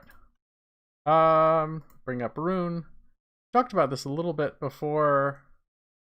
If we go into settings in general, remember I suggested that you turn most of these settings on. I think that they're still pretty useful. I had one person tell me that they felt like the album icons were just too darn small when they went to, for example, the albums view. It was difficult to see the album art. It just was not. It was hard to read. If you don't like the smaller album art, you can turn this off. When we go back now, you can see that the album art is bigger. Now I'm getting, what is this grid? This is a grid of sort of 5x3. If I go into settings and turn that back on, now I've got a grid that's 6x4 or something like that. So you can, you don't have to use the settings that I suggest. You can use settings that make your life comfortable. I like having kind of more information, including, whether the album was live or not and the dynamic range and all that stuff. But it does make things a little busy. You see these sample rate things. You'll see the MQA icon on some of these things. And if that just makes the whole thing, this is a live album here, so you've got the red dot that shows that it's live. If that just makes things a little bit too busy for you, you can turn off some of those things. I talked about light mode versus dark mode. I just, since I tend to listen to music at nighttime, I prefer dark mode. I think it would be a kind of a cool feature if Roon knew what time zone you were in and switched automatically between light and dark mode, maybe. Feature requests like that are things that you can always put into the Roon community, and somebody will have a look at those and discuss them or prioritize them. But for now, I just tend to use the dark mode for everything. It's not the default, so if you're not using dark mode now, you might want to try it if you like the way this looks. For storage, one thing that I'll as a tip that I'll mention in storage, actually there are a couple things. If your music is not stored on a drive that is directly connected to core, either an internal drive to your core system or a USB drive that's connected to your core system, if your music is stored on a NAS, like mine's installed, my music lives on a Synology NAS, Roon may not detect when you add a new album. So if you're ripping a CD, Roon may not immediately show that CD in your library. And I think it has to do with if Roon is aware that it's reading from a network attached storage, rather than just pounding that network attached storage device to death and constantly creating network traffic by trying to monitor the file system for new files. It pulls that file system much less frequently. If we have a local file system, the operating system kernel on certainly on Linux and some other operating systems as well, has a way for the application to kind of monitor I/O or input-output activity on a local device. And whenever it sees that there's some write activity that's happening on that device, it can immediately detect that there were new files that were added, and in a very kind of lightweight way add them to the library, can rescan, index them and scan them. If we're doing I/O operations on a network attached storage, so it's a separate kernel, it's a separate computer, it's a separate device on the network, there's no way for Roon Core to know that we have out of band on another CPU and another operating system made some changes over here. So that direct connection for tracking those changes doesn't exist. And so the only way for Roon core to know that we've added something to our NAS over here is for Roon to read everything, all the entire directory structure, to scan every single directory to see if any new files have shown up. And that's not something that we want core to do, every couple of seconds or whatever. That just would generate too much network traffic and wear things out, and just it's not good. So Roon doesn't do that if you have a network attached storage. It's never bothered me, but whenever I add new music, I'll scan, I'll rip a CD or 2 or 3 once every week or so. I'll just go here to the storages tab and click force rescan, and it doesn't take very long. Roon's just gonna scan my whole NAS to see if any new files showed up. It takes maybe 30-45 seconds, something like that. This doesn't bother me at all. I think it's totally fine. It's just something to be aware of. If you've got locally attached storage, you don't have to worry about that kind of thing. All right, I'll show you a new trick. Let me go back here. Sometimes, John or Ryan or somebody else will say, hey, you've got to check out this new album. And they'll send me a link on Tidal. I don't have an example. So I'm just going to go in a web browser to listen.tidal.com. And let's see if there's an album that's not too horrible. We'll click on Explore. Maybe we'll take a look at blues. Maybe I don't know. Maybe this was maybe somebody says that I should check out Rival Sons Square One. That it's a worthwhile album. So they may send me. If I'm in here, if I wanted to share this link with somebody, I can click on these 3 dots. Again, this is listen.tidal.com. I'm just bringing up in a web browser, and I can say copy. Oh, this is a playlist actually. That's fine. But actually, I wanted to see albums.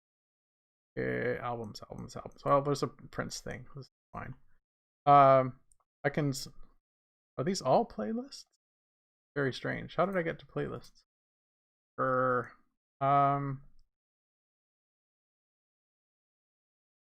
I guess in the featured list they're only doing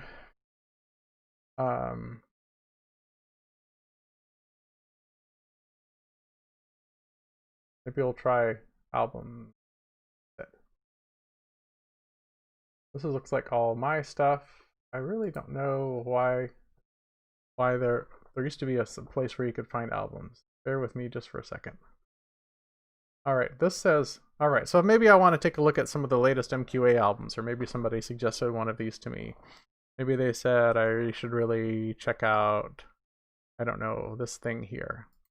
So for somebody to share this with me, typically what they would do is they would open up the album and title and then click on this copy album link. That copies the album link to the clipboard, and then on social media or text message, we can send the link. If I want to take a look at it, the album link looks something like this. It's pretty similar to the address that's up here. We can see we've got this same number, this 14244, 14244, and so forth. So it's the same kind of number, but that's kind of a sharing link. If I wanted to, so let's suppose that I went to this, well, actually, let me just do that.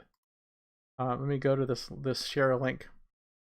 If somebody shares an album to me, it's going to look like this when I click on it, when I go to title. And it's going to ask me to log in. You don't want to log in, but I do want to be able to kind of find this album in Roon at some point. And it's not always obvious, if somebody shares a link to an album, how you actually get to the point where you can find it in Roon. I think Kobo's works in a similar kind of way. There's a sharing link that people can send you. What I will do when I get a link like this, if somebody had shared this link on social media, is I'll just click play on title, and that will start it playing. I don't actually want to listen to it, right? So I'm going to stop it. But I'll click this heart button that adds it to my favorites in title.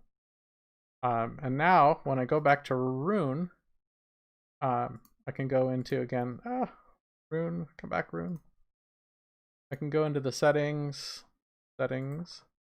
and services, and I'm signed into title. I can click on this, and I can click sync now. So what this title Roon will periodically sync changes to my favorites in title down, or changes to playlists that I've created on title down, but I can force it to sync anytime I want to. All right, now I want to go to my albums view and I want to sort by date added. And if I sort by date added, then this album that I just sort of favorited on listen.title.com shows up here as an album that I can play locally. And so let's see here. Once I've done that, I should be able to just click play, and it will just work, and it's doing the whole MQA thing and whatever else. Right, so that's a kind of useful way if you want to share albums or links to albums on social media that are on Kobo's or on Tidal. You can use a similar method, I think, on Kobo's. It's been a while since I've done it there, but this is how you do it with Tidal. And then this is how you can get it to show up, get the album to show up in Roon fairly quickly.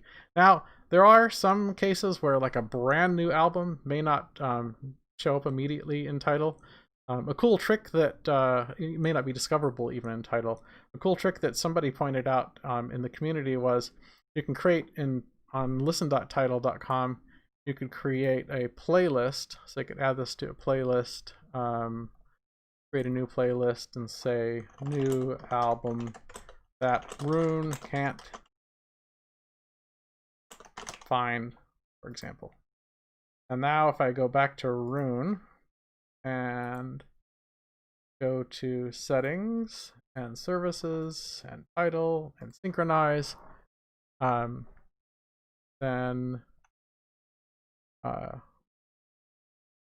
I go back to Roon and I click on my playlists. I'll be able to find this new album that Roon can't find as a playlist. And this is a kind of a trick. This didn't apply to this album, but in some cases, an album, maybe it just came out today or it just came out yesterday, and it's, for whatever reason, you're not able to get Roon to find it. This is kind of a workaround for that. All right, I'm going to go back and take a look at some of the questions that we have, and I will be just give me a moment to kind of review these things. Craziness here. Let me turn my desktop off.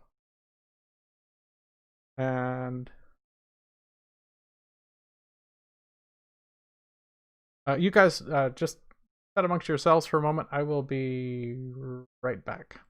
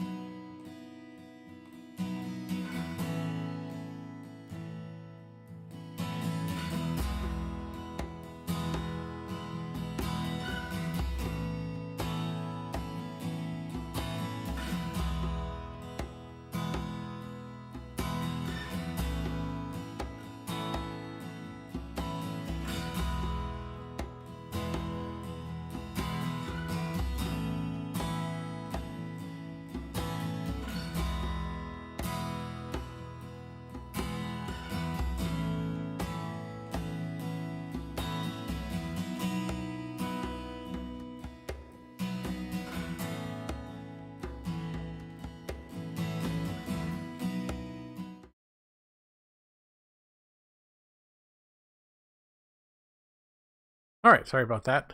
I am back. I'm just going to take a look at some of the questions that that folks have, and I've got a few more that I want to touch on that came in through the Q&A as well. So bear with me for a second here while I do that. How can you delete dupes? Yes, that's one that I wanted a good point. There's some library management types of things that I'll touch on real quick. I saw something about HDMI. Yeah, so multi-channel with HDMI over Oppo and some of the other devices.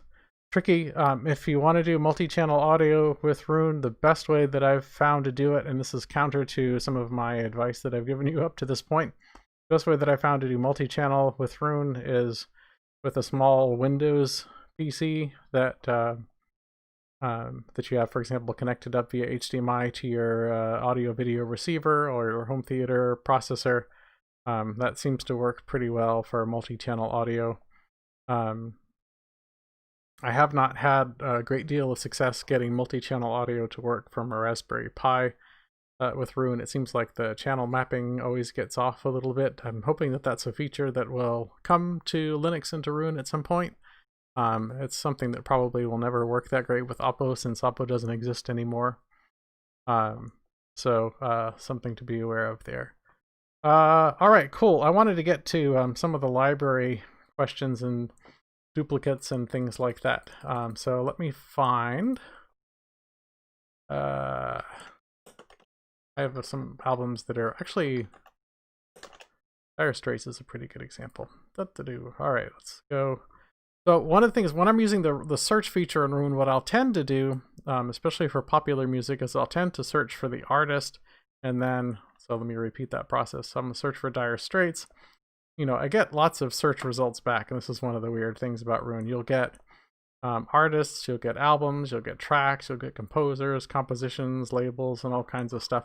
Most of the time, at least in my mind, I'm thinking in terms of an artist, and then I want to see what albums they've created. You may have a different kind of mapping. Maybe you're sort of a composer first person. If that was your case, you might search for I don't know, Janis Ian or Ricky Lee Jones or Mozart or whatever. You might search and then start with the composer. But most of my music is organized in kind of an artist first type of way. So I'll start with the artist, and I don't know, this is like some other band that goes by the same name, but these guys look like the right guys that I want. And so I'll go ahead and find their album that way. Now, if I click on, for example, this album, I've got in my collection 3 different CD rips of the same album. I've got the Mobile Fidelity Sound Lab version, and I've got that's down here, and I've got this remaster, and then I've got kind of the original CD. But originally they weren't all grouped together, right? So let's take, for example, this one. Let me go in here and ungroup them really quickly. Or maybe this is, yeah, fixed track grouping.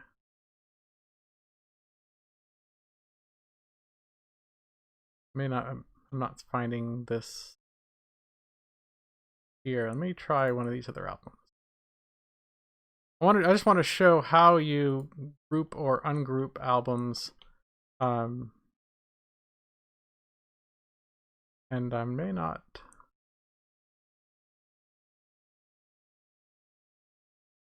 I'm not finding the group and ungroup button here that sort of resulted in these things getting pulled together. So let me try one other album that was maybe more obvious. Kind of Blue. Miles Davis. Here we go. I click on versions. Like most audiophiles, I have a bunch of different versions of this thing as well. Let me click on edit. I'm drawing a mental blank. There's a I'll share a link out on how you do this kind of thing. But there's this is not how we want to do this. There's a way to specify that you want all of these different albums, and some of these albums have even have different track numbers, right? So this version of Kind of Blue, this remaster from 1997, I think it was, has an extra track that the other ones don't have. It has like an alternate take of flamenco sketches on it. And so Roon may or may not identify all of these albums as Kind of Blue by Miles Davis. And so there is a way to sort of collapse them all and tell Roon that when I'm looking at my library, I only want to see one Miles Davis Kind of Blue, and then I'll use the versions tab to choose which I want to play. I'll make this this high resolution version that I bought from HD Tracks be the primary one, but I might want to use different ones. I might want to listen to, for example, this flamenco sketches alternate take.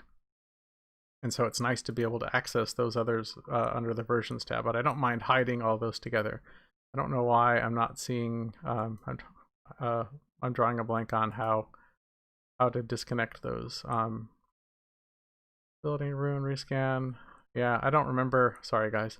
I did this a week ago and it worked fine. So I'm just not seeing it today. But I'll share some information about how you kind of collapse those and how do you get rid of duplicates. How I would do it if I wanted to,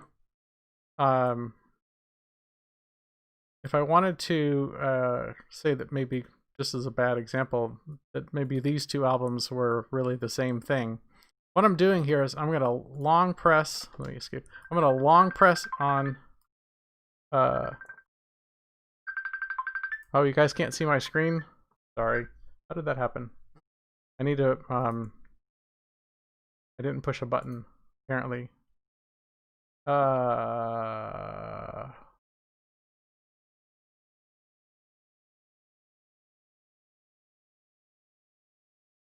Maybe this is better. Maybe you can see my screen now. Gosh, I'm sorry about that. Thanks for letting me know. All right.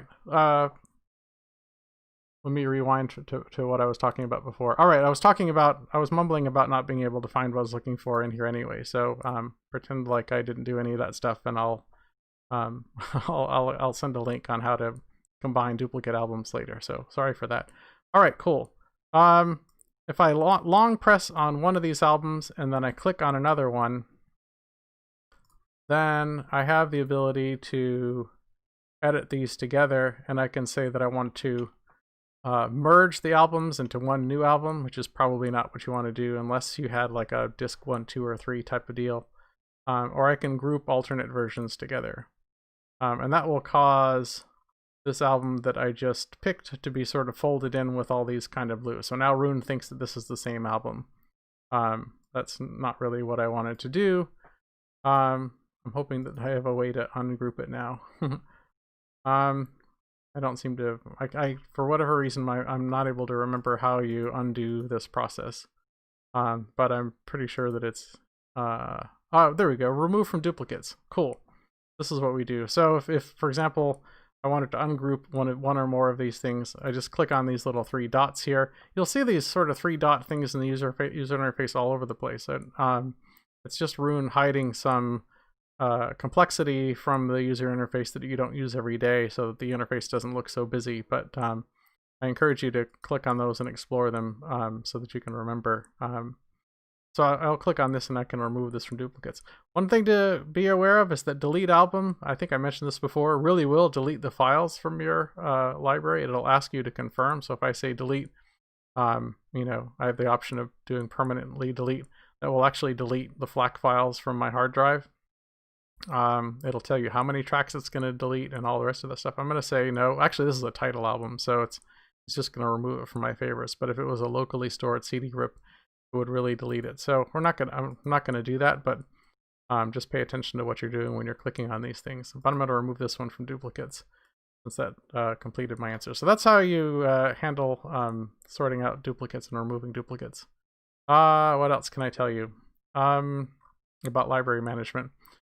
Roon, from a library management perspective, what Roon's trying to do is marry up the content that you have in your library, and you add content to your library by ripping CDs and having Roon index a hard drive full of FLAC files or AIF files or whatever format you use, or you favorite tracks, albums, playlists, and so forth on your streaming service like Tidal or Koboos. And then you might have some files on Dropbox as well. So Roon tries to marry up the files that you have and the streams that you have in your library with a much larger database of metadata that Roon hosts as a service in sort of their cloud. In order for them to do that kind of matching up, it has to be able to recognize the content that you have. The problem is that ripping a CD is not kind of it's not a very straightforward process. It's not like taking a thumb drive full of of tracks that an artist has created, or downloading tracks from HD Tracks or Pro Audio Masters or native DSD or whatever that have embedded metadata that's accurate and all the rest of that stuff in them. But really, kind of the only thing that Roon can work out based on, and this is how CD rippers work as well. The only way that they can kind of fingerprint the tracks on the CD to associate them with, the artist and the album and metadata and album art and all the rest of the stuff, is they take a look at how many tracks are on the album, the order of those tracks, and the duration of those tracks. So maybe you've got 10 tracks, and the first track is 3 minutes, the second track is 3 minutes and 1 second, and the third track is 3 minutes and 2 seconds, and so forth, all the way up to 10 tracks. That sequence of tracks and timings, you can think of it as kind of a fingerprint for that album. It's unlikely, though it's possible, it's unlikely that there are other albums that are out there in the world that have exactly that number of tracks with those track durations in that order. And so we take that fingerprint, and your CD ripping software will match it up with the content on FreeDB or any number of other online music databases that other people have kind of contributed to when they've bought these albums and typed in the tracks names themselves and the artist names, the metadata and the genre and all the rest of that stuff themselves. It'll try to match that up, and your CD ripping software will then download the track titles so that you don't have to retype them. Somebody else already went to the effort. It may scrape some metadata from Amazon or some other place, or some album art from Amazon or some other place based on the title of the album, so that you have some album art that you can embed. And then the CD ripping software will write those files out to your hard drive. And then Roon uses some of that information. It'll use the duration of those songs and tracks. It will use the embedded album art. It may use the track file names to try to marry up and match the content that you have in your library with what's in its much larger online database. And the reason it wants to do that is because the metadata that it has is quite a bit more complete. So, for example, if I go to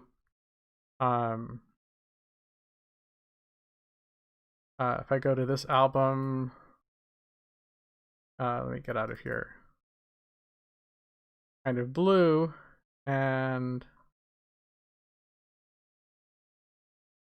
I click on credits. My CD ripping software didn't have this much information: main personnel, primary artist, saxophone, tenor saxophone, production, art direction. I didn't type this information in, and this information probably wasn't available on FreeDB. There's a lot of information, and all of these you can see are clickable. Roon is providing all of this stuff to us. You can see that Brendan Grunderman did the mastering work, that Bill Evans wrote the original liner notes. The original liner notes, that's not something that's typically in metadata on a FLAC file if you buy it from HD Tracks, or if you rip from a CD. This information is not available. But if I want to find out more information about, we've got all the people who did photography work for this album. There's a ton of information that's in here, and all of it is linked and searchable, so that I can find other things that are in my library that these different people worked on. Who did the transcription work? Who was the remixing engineer? I can click on this guy and find other albums in my collection that Mark Wilder did production work on. And if I want to find out albums on Tidal that he did production work on, there's a sort of whole world of things that I can explore if I liked the quality of his work or what I felt like he added to this album. I would not be able to do this if Roon was not able to identify the album in my library and match it up to its much larger and more complete database online.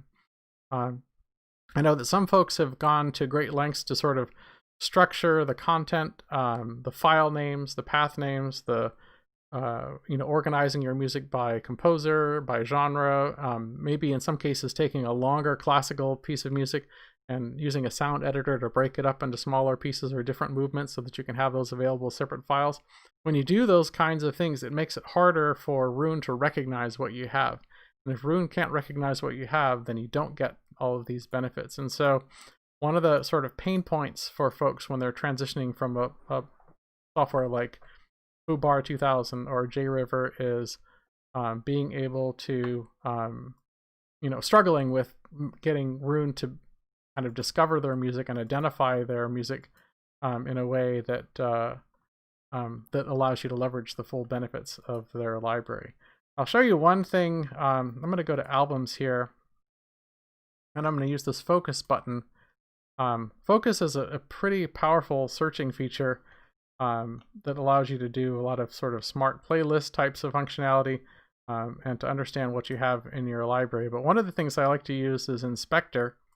Inspector will help me find all the albums in my library that Roon has identified. And so we've got this identified filter here. These are all the albums that it has identified. But I can invert this by clicking on it again. This shows me all the albums in my collection that Roon has not identified. So maybe I'm trying to figure out what's going on here with this album. It says that it's unidentified. I can go to edit album and click identified. Ask Roon to maybe try and see if it can, there's some reason why it didn't identify it. None of the album art looks right, but let me click on this thing and see what the tracks are. You see these track names and numbers don't really line up. This is probably not the right album. You can see how Roon's trying to match up the durations of the tracks, the number and sequence of the tracks. I can say none of these look right and get out of here. But it's worthwhile to check back. Maybe it could be that Roon's database will never be 100% perfectly correct, and so it may never be able to identify this album. But it's worthwhile. Sometimes the reason that Roon fails to identify an album is just because I had one of these. I think it was a reference recordings album where when I got the album from, I think it was from HD Tracks, they combined one piece into that had a whole bunch of different movements into like a single 30-minute track or whatever. But in Roon's database, they were all separate tracks. And so I had to identify that album, and I had to kind of shuffle the track sequence a little bit so that it lined up as closely as possible what Roon's understanding was of what that album looked like. But for the one giant track, I didn't split it up in an audio editor. I just kind of left it alone. But this allowed me to get access to Roon's kind of full enhanced metadata for that. We're going to go over just a little bit because I had some technical difficulties before, but thanks for sticking by and looking through some of this stuff. I wanted to touch on one important point for sure for everybody who's still on before you leave. I got a lot of questions about my Roon trial's coming up soon. Which plan should I use? Gosh, $700 sure seems like a lot of money.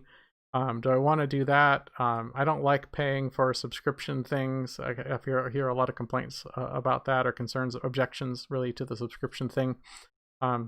There's a post in the Roon forum that I share every once in a while that explains kind of Roon's rationale and why they talk about the lifetime membership for Roon as being kind of junk food for them in terms of a revenue stream. I'm not going to try to repeat all the details there, but essentially the idea is that when the Roon is a company, which is not a very old company, though these guys have been working on audio for a long time, Roon has not been around for all that long, only 5 years or so. When they were starting to start the company, having a lifetime plan was helpful for them to be able to get some kind of seed money, if you will, to get the project off the ground and get some momentum going. But it's long term, it's not a good strategy, obviously, because you lose recurring revenue at that point. So, if everybody in the early days paid for a lifetime and there were very few monthly subscribers or yearly subscribers, once once a number of years pass, kind of the revenue coming in ends up being a declining type of situation unless they can drive up a lot more subscriptions. So every time somebody signs up with Lifetime, it has a kind of long-term or potentially long-term detrimental effect to Roon Labs and how they're able to continue adding features and functionality to the service. Plus, the service that they're offering has operating costs that's not insignificant, right? So they're constantly expanding this online database. There's costs associated with hosting that database, with hosting the crowdsourcing service that they have, so that when people thumbs up or thumbs down albums and adjust likes, that Valence, which is their kind of machine learning system for matching up musical taste. So if you like this album, you might like these others. There's a cost associated with running all of these things, and if you're a Lifetime subscriber and you've been a Lifetime subscriber for 5 years or so, Roon has to kind of carry the cost of providing that service to you, even though they're not getting any revenue to cover you using that service. So Lifetime is they've recognized that it's not really a good thing for Roon. It's not Roon's fault. I mean, if you subscribe to it for a Lifetime, don't feel bad about it. I'm just saying that it's something that's probably going to go away eventually. So there are kind of two schools of thought around this subscription thing. You can think of Roon as a component in your audio system. You probably have other components in your audio system that cost $700 or more. A lot of audiophiles do. A lot of audiophiles have power cables that cost more than $699.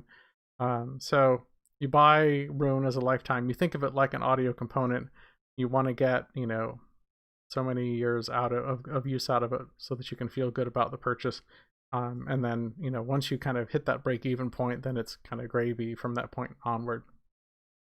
I don't personally, I don't like that approach. I think that for me, I wasn't using Roon 5 years ago. I don't know if I'll be using Roon 5 years from now. I hope I do. If Roon keeps kind of knocking it out of the park as far as features and functionality and capabilities go, and if it's still meeting my needs, then I'll keep using it.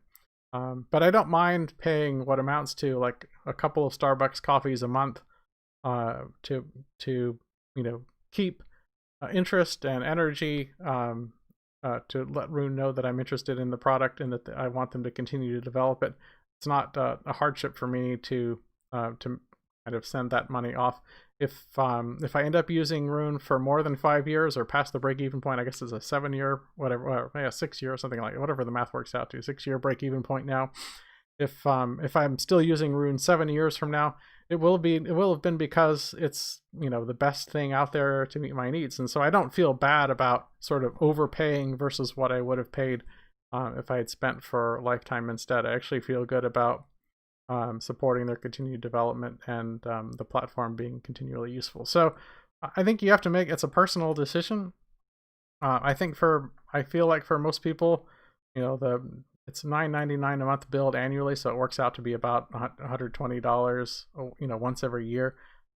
As long as Roon is meeting your needs and providing great service and great functionality, I think that's something that is easy to feel good about. I would tend to think of it as an audio component and what it brings to your system. But if it's not, if it's not working out, you're not wed to it forever. If Roon, stops developing the product, or they go out of business, or they take the product in a direction that is not kind of audiophile, then you can kind of vote with your wallet. You have some options. You have some flexibility with this plan. You have no flexibility with this plan at all. You just are kind of hoping that the ship will keep sailing in a productive direction. Networking and firewall tips. I think I can cover that kind of more offline. I will say this, and I mentioned it last time as well. If you're looking at buying networking equipment to kind of restructure your home network to make it Roon friendly, the best thing that you could do would be to buy like a big unmanaged switch. Roon recommends like a big 24 port or 48 port or whatever you need, a big unmanaged switch. You'll connect one of those ports to your internet router, your ISP's internet gateway device. You might connect another port to your NAS and another port to your Roon core machine, so all those can live in sort of the same closet or wherever you keep this stuff, hopefully not anywhere near your listening room. And then you hire somebody, or you do it yourself, to run long Ethernet cables, pull them through your walls, run them to your listening room, to your kitchen, to your family room, to your office, to all the different other places that you're going to have music, ideally. But at least you'll make a dedicated run to your listening room so that you can have a wired connection for your endpoint. There's a lot of talk on the internet about using fiber optic and fiber media converters. You can explore some of that stuff and see if any of that stuff makes sense for you. A wired connection, just going to a simple unmanaged switch, is just going to give you a much more reliable operation than messing around with Netgear Orbeez and power line adapters and wireless mesh networks. There's just no end to troubleshooting those things. If they're set up very well, they can work very well, and you might not have any problems. But the tried and true solution, if you just want to be able to listen to your audio and not have to be a network engineer and troubleshoot all this stuff, is to just have a big unmanaged switch. You can buy a 24-port unmanaged switch, I think, for around $100 or so. Buy that thing, run some direct connections to your endpoint devices and to core, to your NAS, to your internet gateway, and then, go sit in your listening chair and enjoy music and not have to worry about all that stuff. All right, I have gone 10 minutes over, and I apologize for that, but I appreciate you sticking around. There's a lot more to discuss. I would encourage you to, if you haven't already, if you're on Facebook, to head on over to the Facebook Roon Enthusiasts group. You can search for it. Let me make my stuff a little bigger here. The Facebook Roon Enthusiasts group. Not that big. It's a group that's kind of always growing. We're up to almost 2,000 members here. This is a great place to engage if you're on Facebook and get questions answered. There are people asking, all kinds of advice on, how to set up their NUC, or, crazy people doing talks on Roon from time to time. There's on the file section of this site, there's a place where folks can find a FAQ, a frequently asked questions list. It talks about a lot of things that I've discussed here, but in kind of written form. How does Roon work, and so on and so forth. There's a video section. This video will probably end up in that section, but there's instructional videos or videos that other folks have shared that kind of shows how they're using Roon in their kind of real world environment. So that's a very good place to check out. If you go to community.roonlabs.com, that's another really good place. If you want to find out kind of what the latest support problems are, you can look in the support group. Maybe some of the problems that you're seeing here or that you're having are other people are talking about. It's always a good idea to do a search, remove duplicates or whatever, and you can find out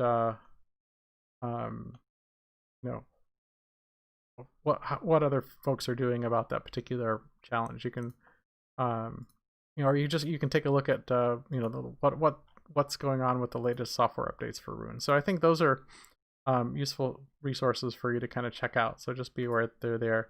I'm available via private message in this group fairly often. There are a lot of other folks that can help out as well.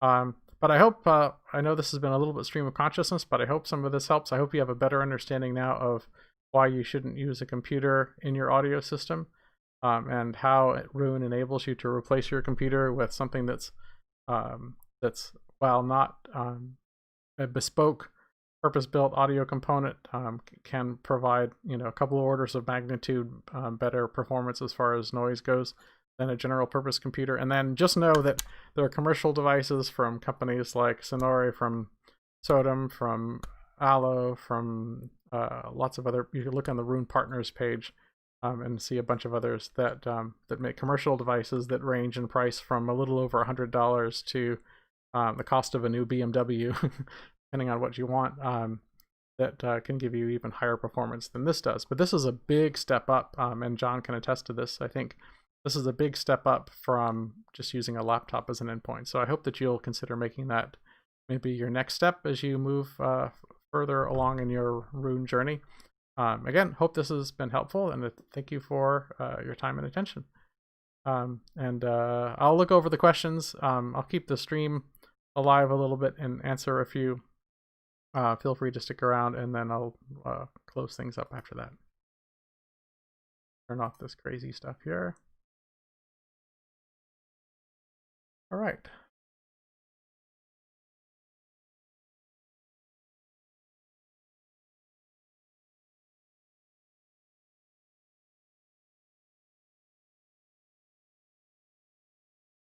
Should have some music playing or something, I feel like. But I'm gonna just look through and see. Sorry about my screen falling off.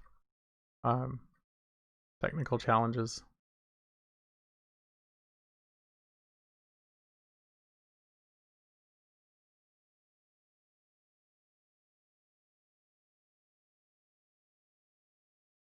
All right, cool. Yeah, USB can be fine as an output. I mean, all of these little Raspberry Pi devices that I've been showing you don't have SPDIF adapters on them, though there are SPDIF hats that you can get. You can put on top of a Raspberry Pi. For example, the Allo Digi1 is it's a small board that plugs into the GPIO pins on the Raspberry Pi. This one shows it better. It's a small board that fits on these little pins here, and it gives you a BNC or RCA SPDIF out, and it works quite well. It's about $100 as an add-on board. And folks have said that that Allo Digi1, as long as you have a decent power supply and all that kind of stuff, reasonable cables can outperform a CD transport up to about $5,000. I don't have a $5,000 CD transport to compare, but that certainly sounds impressive. And the reason that it works so well is there's no sort of mechanical vibrations from a spinning disc. There's no stepper motor that's advancing a laser pickup. All the kind of complicated stuff that you have to put into a CD transport to make it work really, really well. That adds a lot of cost. There's not much cost here. This is a tiny, tiny computer. You put a tiny board. The board is the same size on top of this guy.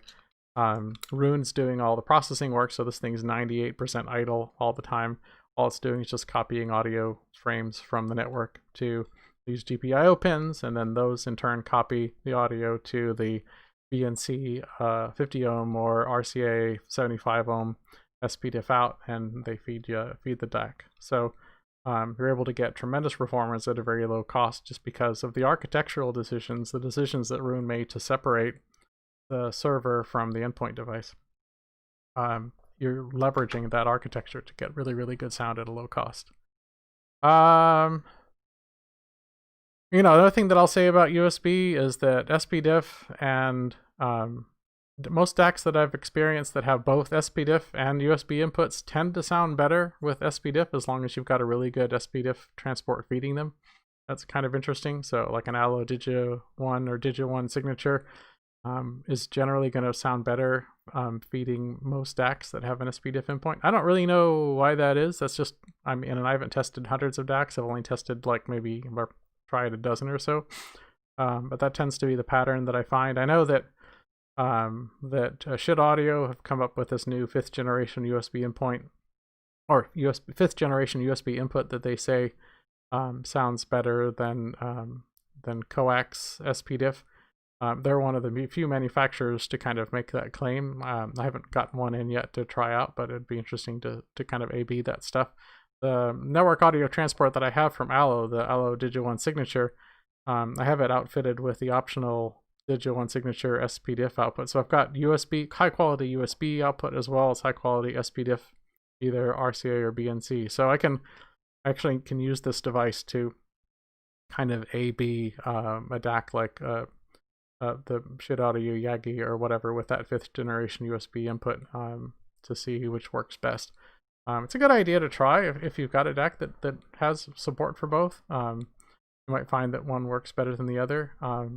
USB implementations are getting better all the time. What I always tell people is you give the DAC the signal that it wants for best performance and you'll tend to get the best results. So if your DAC likes 24-bit 96 kilohertz and it likes to get that over SPDIF, then if you want to get the best sound out of the DAC, that's what you do. And Roon's architecture allows you to do all that stuff very easily, where a more traditional computer audio architecture would not. So that's what I'll say about USB.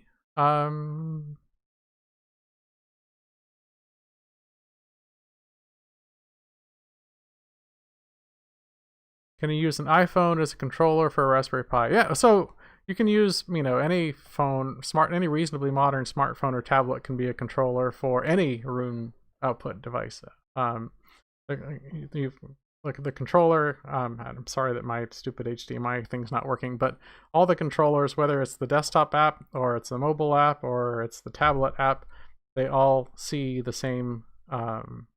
They all see the same zones. They all see the same outputs. As long as the zones are marked as public or not marked as private, any Roon control will see every output that you have in your house, and it doesn't matter whether that output is a Raspberry Pi or a Sodom SMS 200 or a Lin or a Mytech Brooklyn Bridge or a PS Audio Bridge 2 in a PS Audio Direct Stream DAC or whatever you have in your house. Any of these control surfaces can control any output. There's no because what these control devices are doing is they're just talking to core, right? And they're saying, hey, what outputs exist in the system, and core is handling all the results. If the tablet is asking core what albums I have in my library, it doesn't matter whether I'm looking at those albums on an iPad or a Android phone or a laptop or whatever, you get the same results. It'll be formatted a little bit differently to fit the shape and orientation of the screen. Unfortunately, on a lot of devices, Roon does kind of a horizontal scrolling type of thing, which I'm not a huge fan of. But they do that to try to make the best use out of what screen real estate is available for whatever control you're using. But there's no limitation on I have to use an Android to control a Raspberry Pi, or there's nothing like that. You can any output can be controlled by any control device. Alrighty.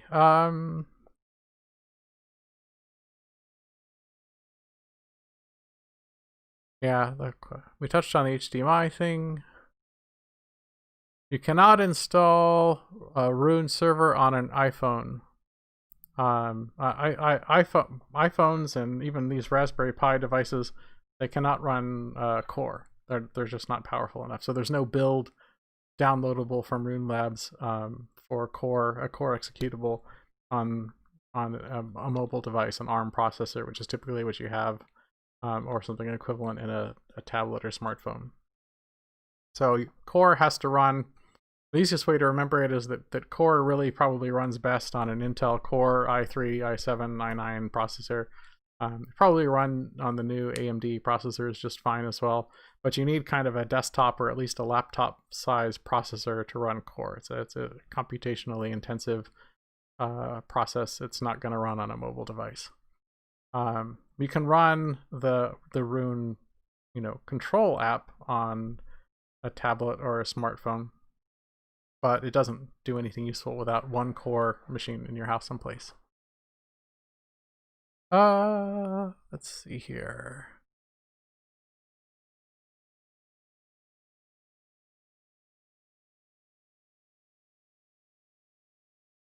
Do we have evidence that EMI impacts signal-to-noise ratio more heavily than noise leveling? I don't know what noise leveling is. At some point, I think for a couple $100 or so, I can buy a device that will help me measure the amount of EMI, RFI, that's coming out of a device. I think it's probably a little bit complicated to get an accurate measurement of that. But especially in a home environment, because there can be lots of sources. I'm living close to high voltage power lines and lots of Wi-Fi and other things. So I'm not sure how accurate of a reading I could get in the environment that I have, but it would be interesting to just be able to kind of compare and know. What I do know, though, is that if I have a laptop or a PC running in my listening room, even if it's not connected to my system, and I'm just trying to sit in my listening chair and relax and enjoy music, I seldom am able to really kind of get into that listening zone if I've got a device that's sort of spewing this kind of radio frequency garbage into the room. Maybe it's my physiology that's more sensitive to this stuff. Maybe it is actually contaminating the analog signal that leaves the DAC and enters my audio system. I don't know, but I'm not the only person who's described this experience. It's quite common. So, just observing my own behavior and my ability to appreciate music and how others have done the same, I do think there's something significant there. I think that even if you're not sure or if it sounds like malarkey, it's not a huge inconvenience. Roon makes this pretty convenient to be able to remove core and other kind of noisy components from your listening room. Just do it and give it a try and see what happens. See if you don't enjoy the listening experience. If you're the type of person who for a long time has never really sort of warmed up to streaming, you've always felt the sound quality to be lacking compared to CD or SACD playback, especially, and maybe other formats as well, though they have their charm in other areas and for other reasons. If you've never really felt like streaming is caught up with the sound quality that you're getting from CD, it's probably because of this noise interference that you haven't addressed yet. And Roon makes it possible for you to do that. So I hope you'll give it a try. Other questions?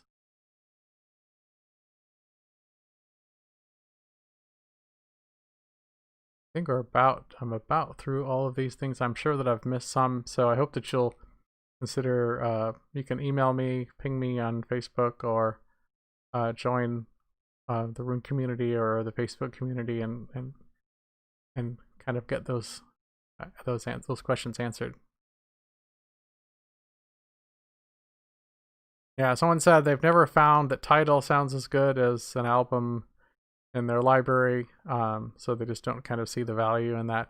I mean, keep in mind that if the album's in your library and you're, I don't know how you're playing that album. If you're running Tidal on the Tidal, for example, the Tidal desktop app on the computer, it may be producing a very different noise signature than running foobar and playing that file locally on that computer. Roon equalizes all of that stuff because it's handling, for example, the uncompression of a FLAC file and the uncompression of and downloading and streaming of a FLAC stream on core, and there's no way for the output device to know that one of those streams is from Tidal and one of those streams is from a local file. If they are bit for bit identical, which we don't know, there could be a different master that's available on Tidal. Often when there's a different master on Tidal, I'm told gets their masters from the studio. It's not like they have a bunch of high school students in a warehouse someplace that are sitting there ripping CDs and loading their database with them. They're actually getting the digital files from the studio in a lot of cases, or in most cases. And so there may be a better version of the album on Tidal in a lot of cases than what's available, on a commercially available CD that you could buy. It hasn't gone through the whole CD manufacturing process. Ripping a CD's, not 100% perfect. You can end up with some errors there. And so, in theory, most of the albums on Tidal should sound better. Now, there are some stinkers. There's some masters that are bad. Some of the files that they got from the studio, I've noticed, have some defects in them. But if everything's set up correctly, in most cases, you should, and assuming you're getting the same kind of volume matching, volume leveling, and all that kind of stuff, you should get, for most albums, the same or better sound out of Tidal or Qobuz than you do from a CD. There'll be some exceptions, like I say, because maybe you've got a really cool, sweet sounding mobile fidelity, master's release of a CD that's not available on a streaming service, and that's going to sound better than whatever you can find in streaming. But on the whole, if Tidal's or Qobuz is sounding worse to you than local CD playback or local file playback, I suspect there's something in the implementation of either Roon or whatever software you're using that's getting in the way. And I think if you implement Roon as I've described, with core off someplace else and a quality endpoint device in your system, those differences, you'll start to see those shrink, and you'll be able to enjoy streaming a lot more, and it'll sound a lot more similar to your other sort of first class sources.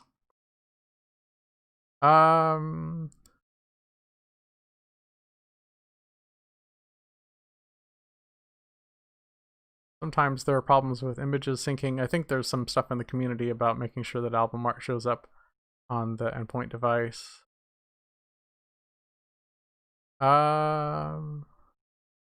People can't see my screen. when I have this window hiding behind, that is a mess. Thanks, Ryan, for calling me to letting me know that I'm a dork and wasn't showing my screen. I think that is just about it. So I am going to wrap things up here.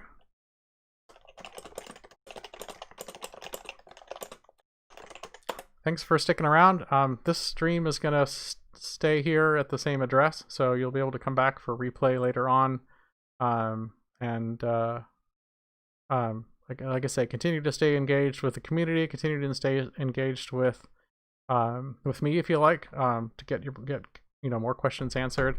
If you're still trying to decide if Roon's right, or if you've got some sort of problem with Roon that you're not able to figure out, that's a showstopper for you, please let me know. I've put a lot of work into these talks.